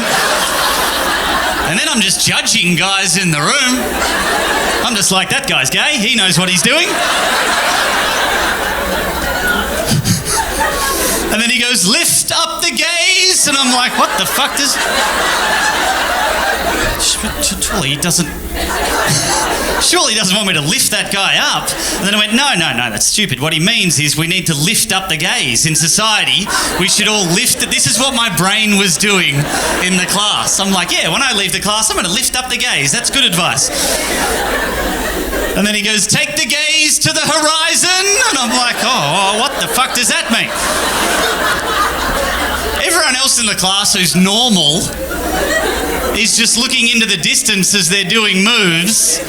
I'm thinking about when I have time to grab a group of gay guys and drive them to the horizon. Come on, guys, we're going to the horizon. Why? Oh, because the yoga instructor told me to, and I'm doing everything that he said. Why are you crying? We're going to the horizon. Such an idiot. There's too much. There's too much in society expected of us. Too much that you need to do to be good people. There's no time. There's no time to do it all. Shit, if you just did all the stuff that your dentist expects you to do, there's no time. No time for anything.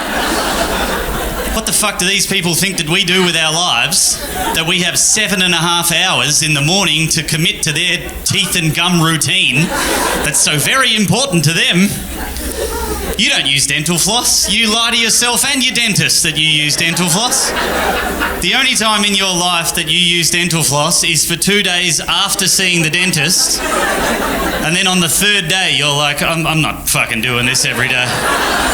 And you throw it in a drawer and you leave it there for a year until you see the dentist the following year, and you bring it out a week before and try and fool the dentist. I don't have time to floss. I don't have time for that.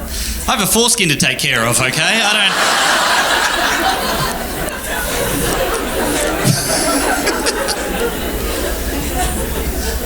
There's too much that you need to do. You're meant to remember all your passwords? Are you fucking kidding me? I've got 17 variations of the same password and I'm meant to remember it every time? I just spend my whole day changing passwords. That's all I do. I go to get into something, completely forget the password, and I go, okay, I have to change the password. And then you have to go into your email and verify that's something you wanted to do with your life. And you're like, yeah, that was me. And then your computer turns into some shit detective and goes, oh, someone was trying to break into your account. And you're like, yeah, that was fucking me. What are you talking about? I'm trying to get in. And then it goes, well, now I don't trust you and I think you're a robot. And I'm like, oh, I'm not a robot, you're a robot. What the fuck? Why are we having this discussion? And it goes, well, I'm not sure. I'm going to test you here. I'm going to do some puzzles. And you're like, I don't want to do puzzles. But the game has already begun. And it says, which one of these is a boat? And you're like, oh, all right, well, that's a boat, that's a boat. That's a boat on a trailer that's on the road. Is that still counted as a boat? How specific do we need to be with these games? Is that going to be part of it? And then you fuck that one up and it goes, right, you're an idiot, we need to do another one. And it says, let's see if you know the difference between a scooter and a motorcycle. And you're like, oh, I'm not sure if I do know the difference. And then you're just clicking going, all right, I think that's a motorbike. That one has a bike in the background. I'm not sure if it's motorised. Is that going to be on the test? Is that on the test? Why is this so difficult? And then it gives you one final one. It says, just point out the traffic lights. And you're like, all right, that seems pretty easy. And then you're like, is the pole counted as a traffic light? Why does it have to be so difficult? So that takes 3.5 hours, and then you eventually figure it out, and you go to put a new password in, and then your computer just judges you and gives you shit. You put a new password in, it just goes, oh, that's weak, you're weak. And you're like, I'm trying my best, what do you want from me? I did everything you asked. I did the big letter, the small letter, the special character, the exclamation point, the only one I'm comfortable using. But still, that's not enough for you? 1-800-FLOWERS? Why does my 1-800-FLOWERS account require a cryptic 17-digit password? My bank requires 4 numbers, that's it. They have all of my shit. They have everything. God forbid someone breaks into my 1-800-FLOWERS account and puts foreign bouquets into my cart. That's all they can do. There's no money attached to it. All they can do is just fill up my cart with shit that I didn't put in there. So you go to put a password in, and then the computer says, oh, can we suggest this password? And that one has hieroglyphics and Hebrew in it, and you're like, oh, what the fuck does that say? You can't even read that, let alone remember that. What kind of psychopath is using the suggested password? Like, oh, there's 23 symbols I've never seen before in formation. Let's jot those down and put them in a drawer. No, all you could do is you just use your regular password and just add shit to it, and you wonder what you haven't added yet. And it just gets to a point where you put your regular password and you just go 1, 2, 3, 4, 5, 6, 7, 8, 9. Is that enough? Is that enough for you, 1-800-FLOWERS? And then a thing pops up and says, you can't use a password you've used in the last 3, and you're like, fuck you! And fuck flowers! And fuck everyone! I did shows a couple of months ago in Florida, and Florida's a weird place, okay? They were very old. The audiences were just 96 years old across the board. Some people died during the show, and they just carried them out, and everyone was like, oh yeah, it was Kevin's time. It was Kevin. Carry on, carry on.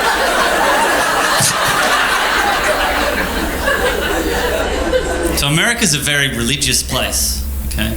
We're not very religious here in Australia. We are a little bit, but not like America, okay? God doesn't want to make the 16-hour flight down to Australia, so he's not here as much. So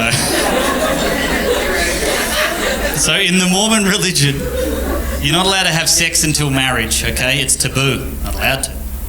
But the young consenting Mormon adults, like the 18-year-olds, they want to have sex. Of course they do. But what they've realised is, okay, they're allowed to...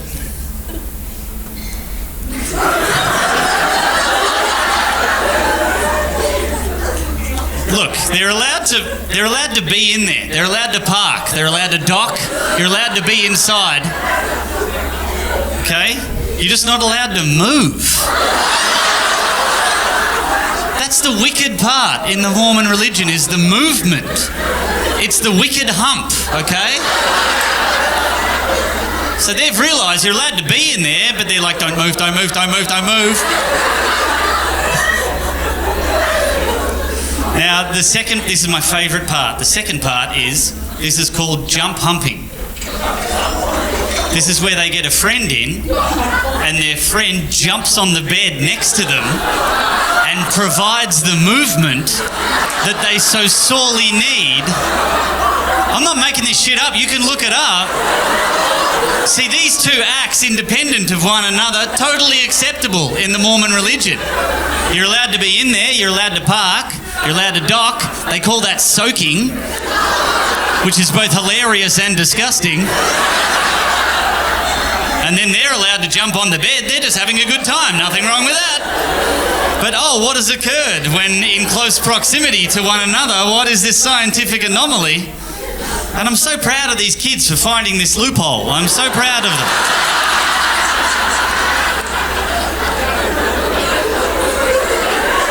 I would have thought that'd be the most important part of sex, but no, apparently not. But do you know how hard that is to orchestrate? I was 18. Trying to get sex is impossible. Impossible. Trying to bring another person in on that? Fuck no. How are they going to play this off?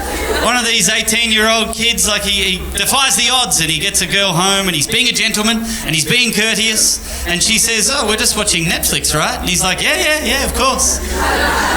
And then she goes, "Well, why is your friend Kevin here with his shoes off?"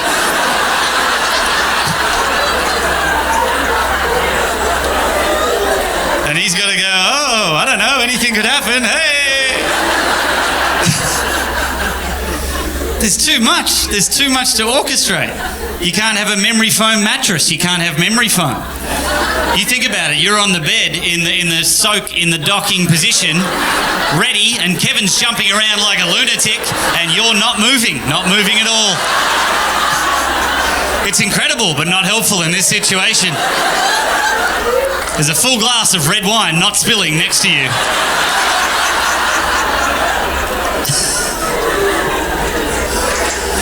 That was the most fun I've had doing that joke. Thank you. You should have seen the people in Florida. There's no way. Silence throughout that whole thing. But I just kept doing it because I enjoyed doing it.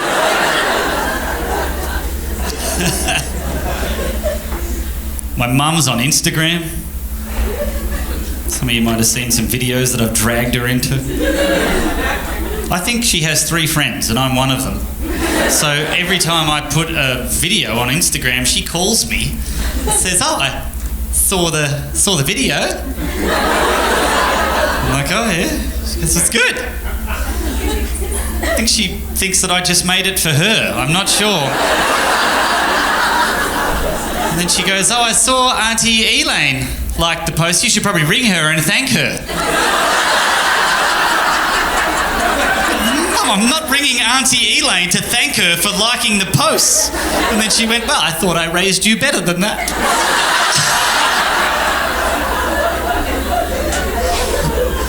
So I blocked my mum on Instagram. I got married last year to an American girl. She's a lovely girl, fantastic. I think you'd like her. I don't know if I need your approval, but I think So we got married a year ago. I tell you what, they lie in the movies about how newly married couples act towards each other. Because in the movies, a newly married couple will paint a room together in the house.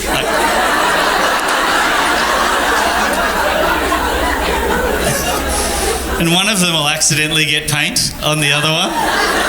And then that one flicks some paint back. And then they throw paint back and forth. And then they roll around in the paint and make love in the paint. I was painting a room in our house with my new wife. And I thought, oh, all right. I flicked some paint at her. She looked up at me and went, "What the fuck is wrong with you?" And I went, "Oh, you're meant to throw paint back and then we roll around in the paint." She said, "That sounds like a waste of paint." I went, "You're missing the point. We're newlyweds and we're meant to be spontaneous." And then she went, "All right." She threw some paint and I threw paint, and we did. We rolled around in the paint and made love in the paint. And she got the worst urinary tract infection.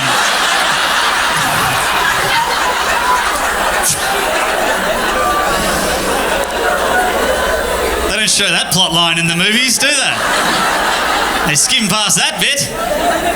We didn't have sex for 6 months after that.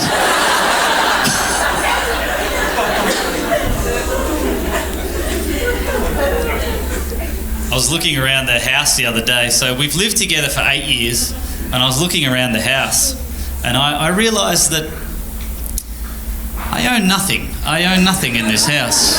None of this is mine. I put none of that there. I'm not allowed to touch some of it. I'm a grown man who can't touch shit in his own house. I'm like, how did I let this happen? How did it get this far? The cats have more real estate in the house than I do.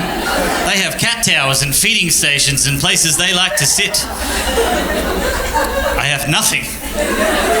Now I know why dads everywhere around the world have that one chair, that one armchair that's like in the corner of the room, and everyone kind of jokes about it and goes, "Oh, that's Dad's chair.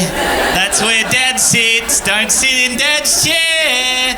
And you know what Dad thinks? That's all I've fucking got in my life.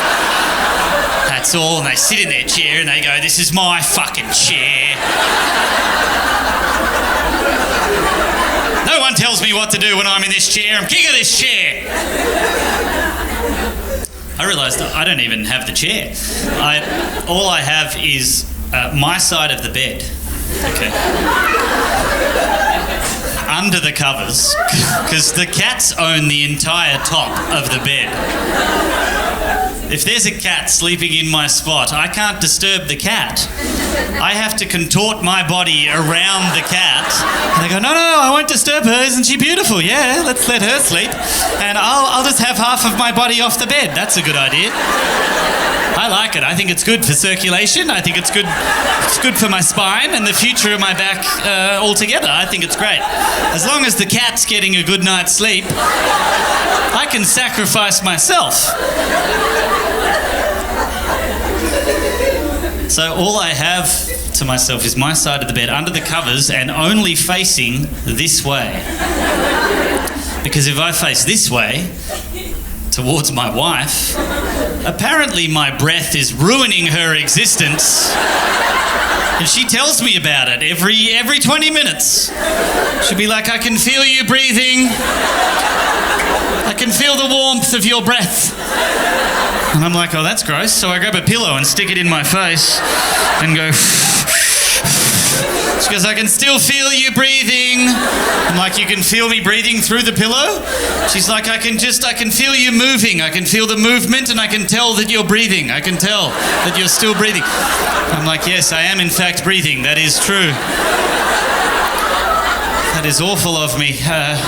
Look, I'm purely just trying to breathe to live. Is it okay? Is it okay with you if I live through the night? Is that okay with you? I know you're trying to sleep, but I'm just trying to get oxygen to my brain so I can survive another day on this planet. But that's rude of me on this Tuesday evening. You should be having a nice slumber. I'll stop breathing, and I'll die. I'll die in the bed next to you, and you and the cat will have a wonderful sleep.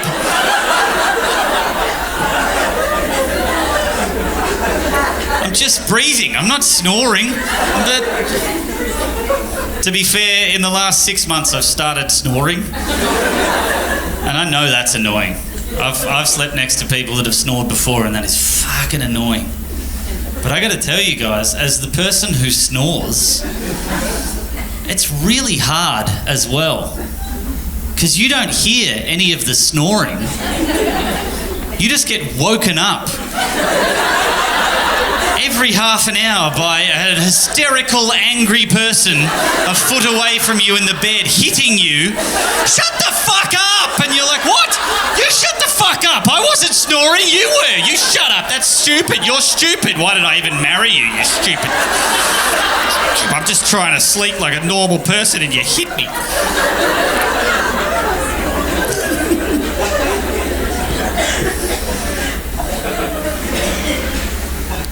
So, I don't know if this is happening here in Australia, but in America, I don't know why they make their showers so difficult to figure out. Every new shower is a new puzzle, a new maze, to figure out how to even get it started. It used to be just a red hot tap and a blue cold tap. That's it. It's pretty simple.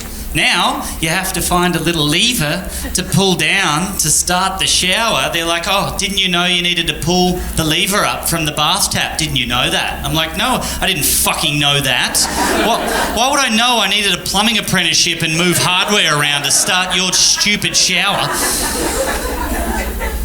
Sometimes it's one huge metallic knob with just no signage. And you're just spinning it around. I'm like, I don't know how far I need to go with this. And that is 3rd degree burns. And that's ice bucket challenge. And you're like, where the fuck do I was at a hotel and there was 3 chrome levers with just nothing else. No signage. I didn't know what was going on. I just stared at it and went, this is not going to end well. And I turned the middle one and just got shot in the dick, like a high-powered, like right there. Like, why is that at dick level? Is that to clean my foreskin? Is that why that's there?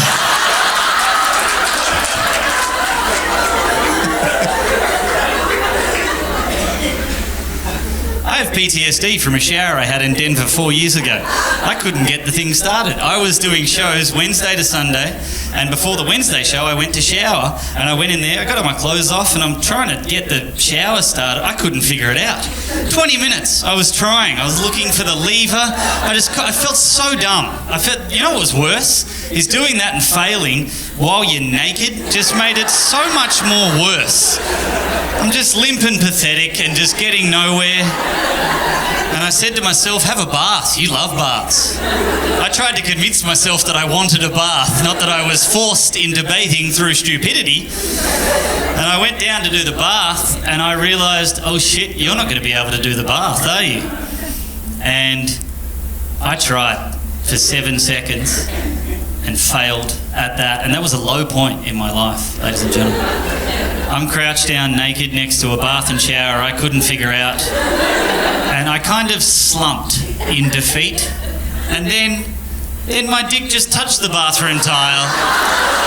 And your dick should never touch a bathroom tile. It shouldn't. It's cold, it's invasive, you didn't expect that to happen.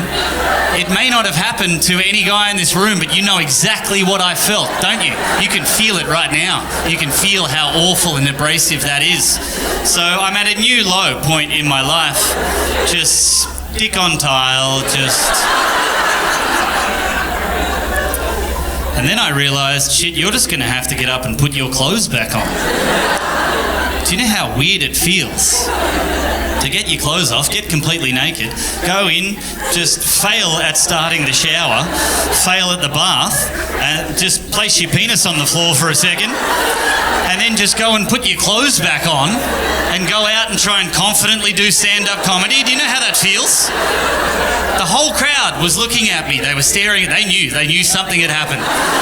They're like, something's happened to this guy in the last couple of hours. And I could feel the touch. I could feel the touch of the tile. And I felt that touch for 6 months because I got the worst urinary tract infection. Sydney, that is all from me, and thank you so much for coming out on this Wednesday.